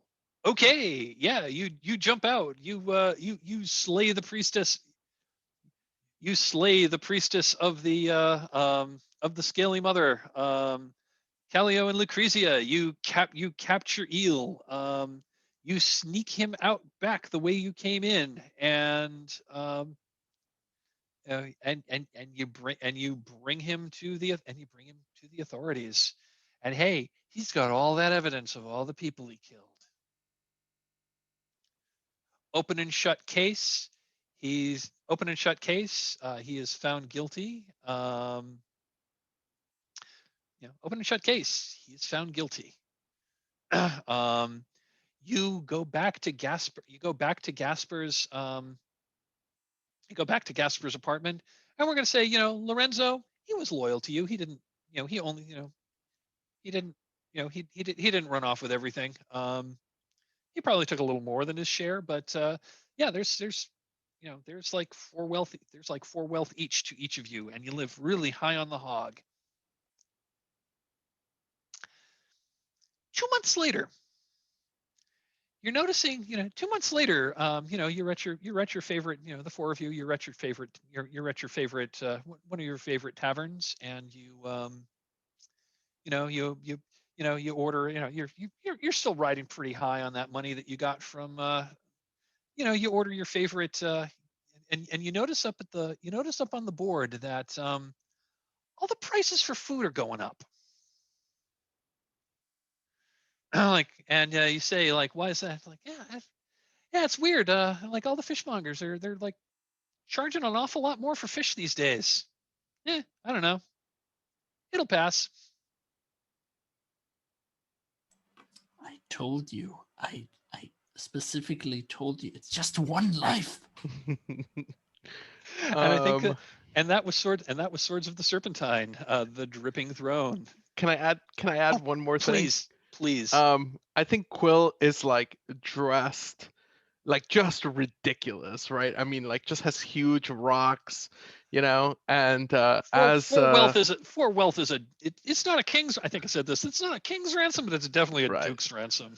For sure. And I think that Quill will be looking at her gems and be like, "Ugh, if only someone would have invested in fish, knowing that the prices would have gone up." I think we'll close there. Oh, that's fantastic. Well, that was Swords of the Serpentine. We didn't really engage the game mechanics too much, but I think we didn't really need to. I thought this was a lot of fun. I like to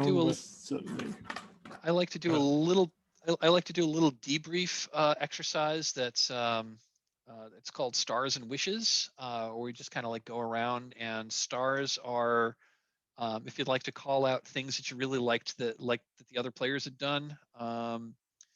Wishes are things that you normally use those for. Wishes are things that you'd like to see for next time. This is a one shot, so there really isn't going to be a next time, but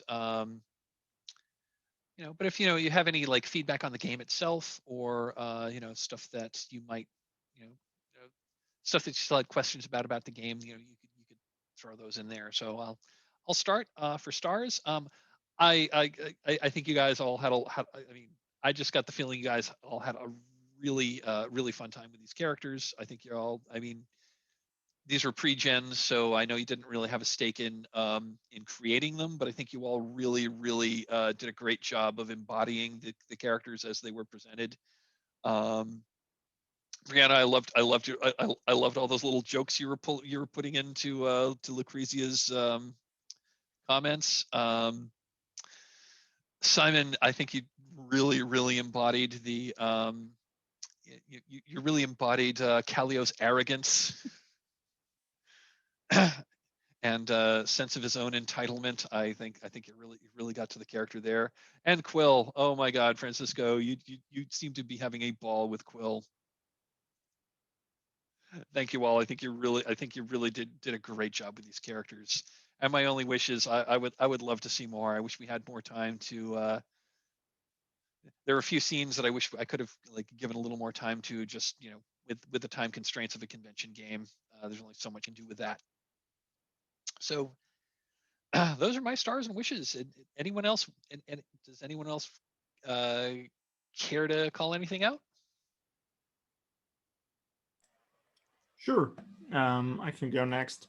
I really like the game. I loved it a lot. I particularly like the general atmosphere. It was really this. I could really imagine the city, where like in these old mainly short stories where skullduggery was rife, and generally there was a good vibe that I enjoyed a lot. What I really like about as we talked about toward the end, we didn't see a lot of the system, but what I really like generally is when a system supports collaborative storytelling, and with these points and investing those points, Swords of the Serpentine really does that well, I found. And those were also the moments I think that I personally enjoyed the most. So for instance, the story with Quill and his, this aunt-like Mildred. I think Mildred was her name. That was something that I really enjoyed, or just the little detail that all of us added and brought to scenes and really made them flourish. And I agree that I think my only wish would have been to have more time for this to develop a bit more slowly. But yeah, of course, that's those are Kind of the nature of a convention constraints. game is, it's a one shot, and we've got a, we do, I've got a hard stop at one. I've got a hard stop. We do have a hard stop in 6 minutes. So yeah. And I really, one more thing that I want to bring up, I think I just really also enjoyed the dynamic between the four of us. I think we played well off one another and had a shared sense of humor, or initially 5 of us. Yeah, I think y'all were, I think you came together as a group great, in just fantastically. So yeah, thanks. Anyone else want to add anything?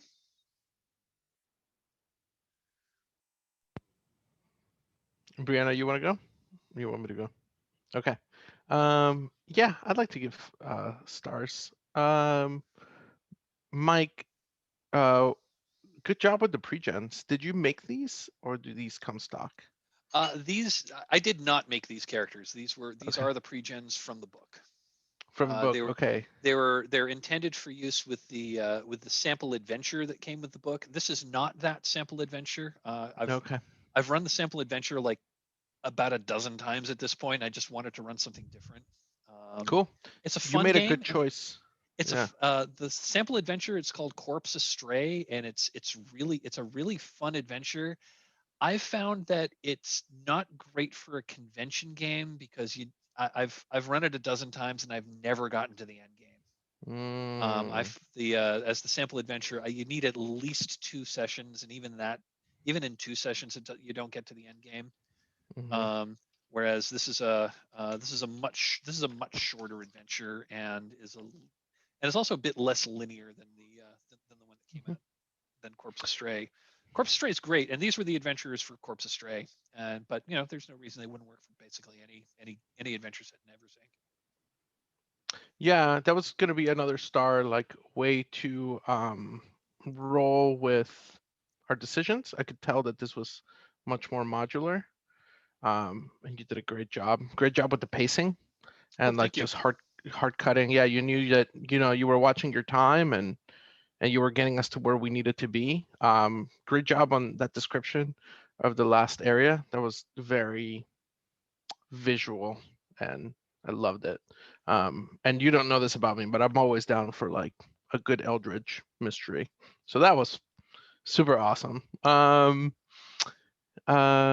job with the pacing. The character keeper is really nice. Did you make this? I actually did make the character keeper. Yeah, that is my handiwork.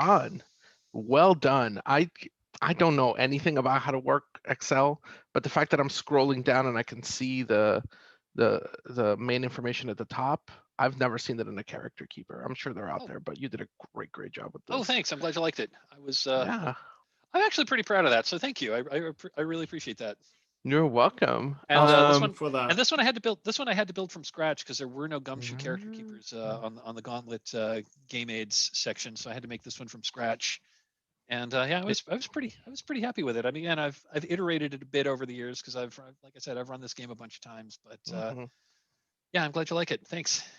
Yeah, you did a great job, and very easy to like see the points and see where I can spend, and then erasing that. Yeah, I've looked at quite a bit of character keepers, and this is one of the best that I've seen, if not the best one. So thank you for that. Much. I appreciate that. Yeah, my pleasure.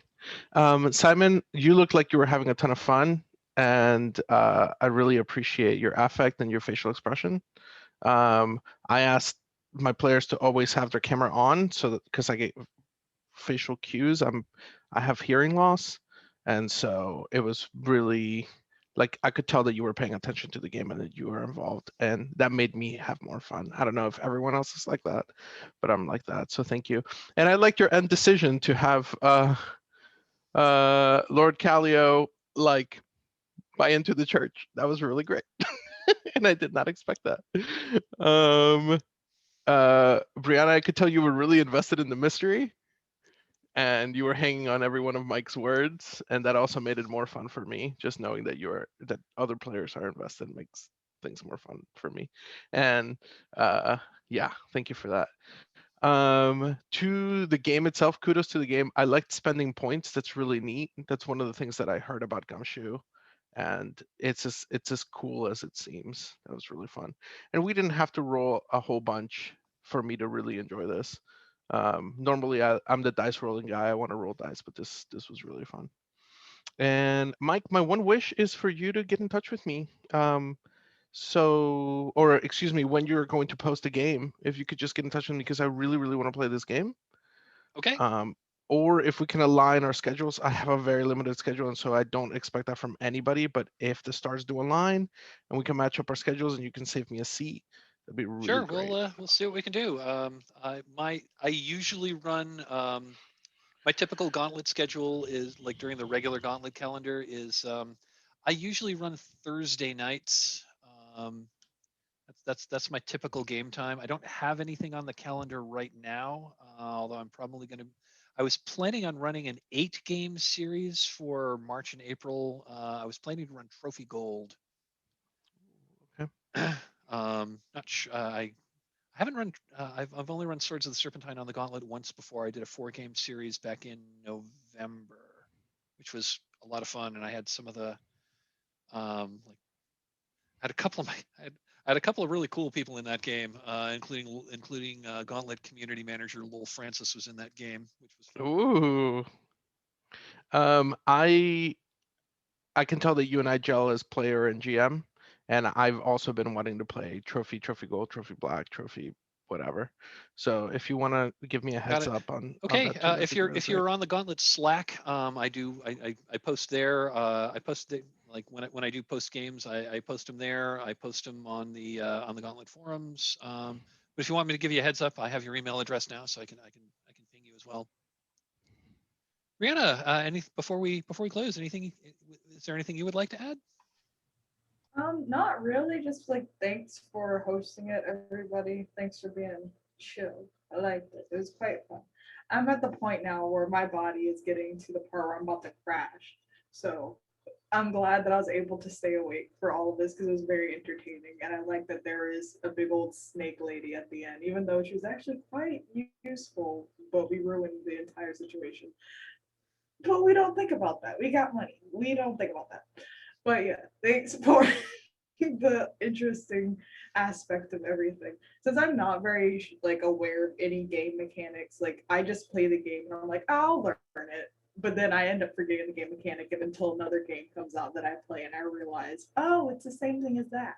So this was quite interesting. I like not having to roll as much because sometimes like rolling is either a give or a win because sometimes you are rolling terribly. You just hate the entire situation because you're just rolling twos continuously. But I like that with this, you're able to like be like, oh, I'll roll sometimes, but also if I want something to happen, I'm not automatically about to roll a 2 and then fail and then feel terrible. So like I like that aspect of it's a either or type of thing. But yeah, that's all. That is the rolling thing is one thing I really do like about the GUMSHOE system is that generally you know what the target number is going to be, so you generally know how many points you're going to have to spend, and so it's more of a it's like the points are kind of a it's a game currency, so you kind of have to manage. You can kind of manage that, but you can kind of control like if this if I really need this roll to go well, I'll just throw a bunch of points in, and I know it's gonna work. And there's some other funky dice mechanics that come up with with the game and points, and when you hit certain values, certain other things happen. We didn't engage with that at all, but the other thing I like about the game is you can play a game like this where you barely roll any dice at all, and it's still a blast. So we are out of time, folks. I want to thank you immensely for playing. I really had a ball with this. I hope you did too. One other question I'm going to ask is So I did say at the beginning I was recording this session. So I will. Is it okay with you if I shared this with the Gauntlet community so others could watch it? That's okay with you if you give me a thumbs up? Okay, awesome. I will send you. I'll post it sometime in the next couple of days, and I'll share it with the Gauntlet. I'll also send you a link if you want to review it. It'll be on my YouTube channel. Alrighty, folks, that was it. That was Swords of the Serpentine at Gauntlet Community Open Gaming, and thank you to everyone. Have a great day, and I hope to see you around again. Have a great day, folks. Same Bye-bye. here. Thank you all. Bye. That was a delight.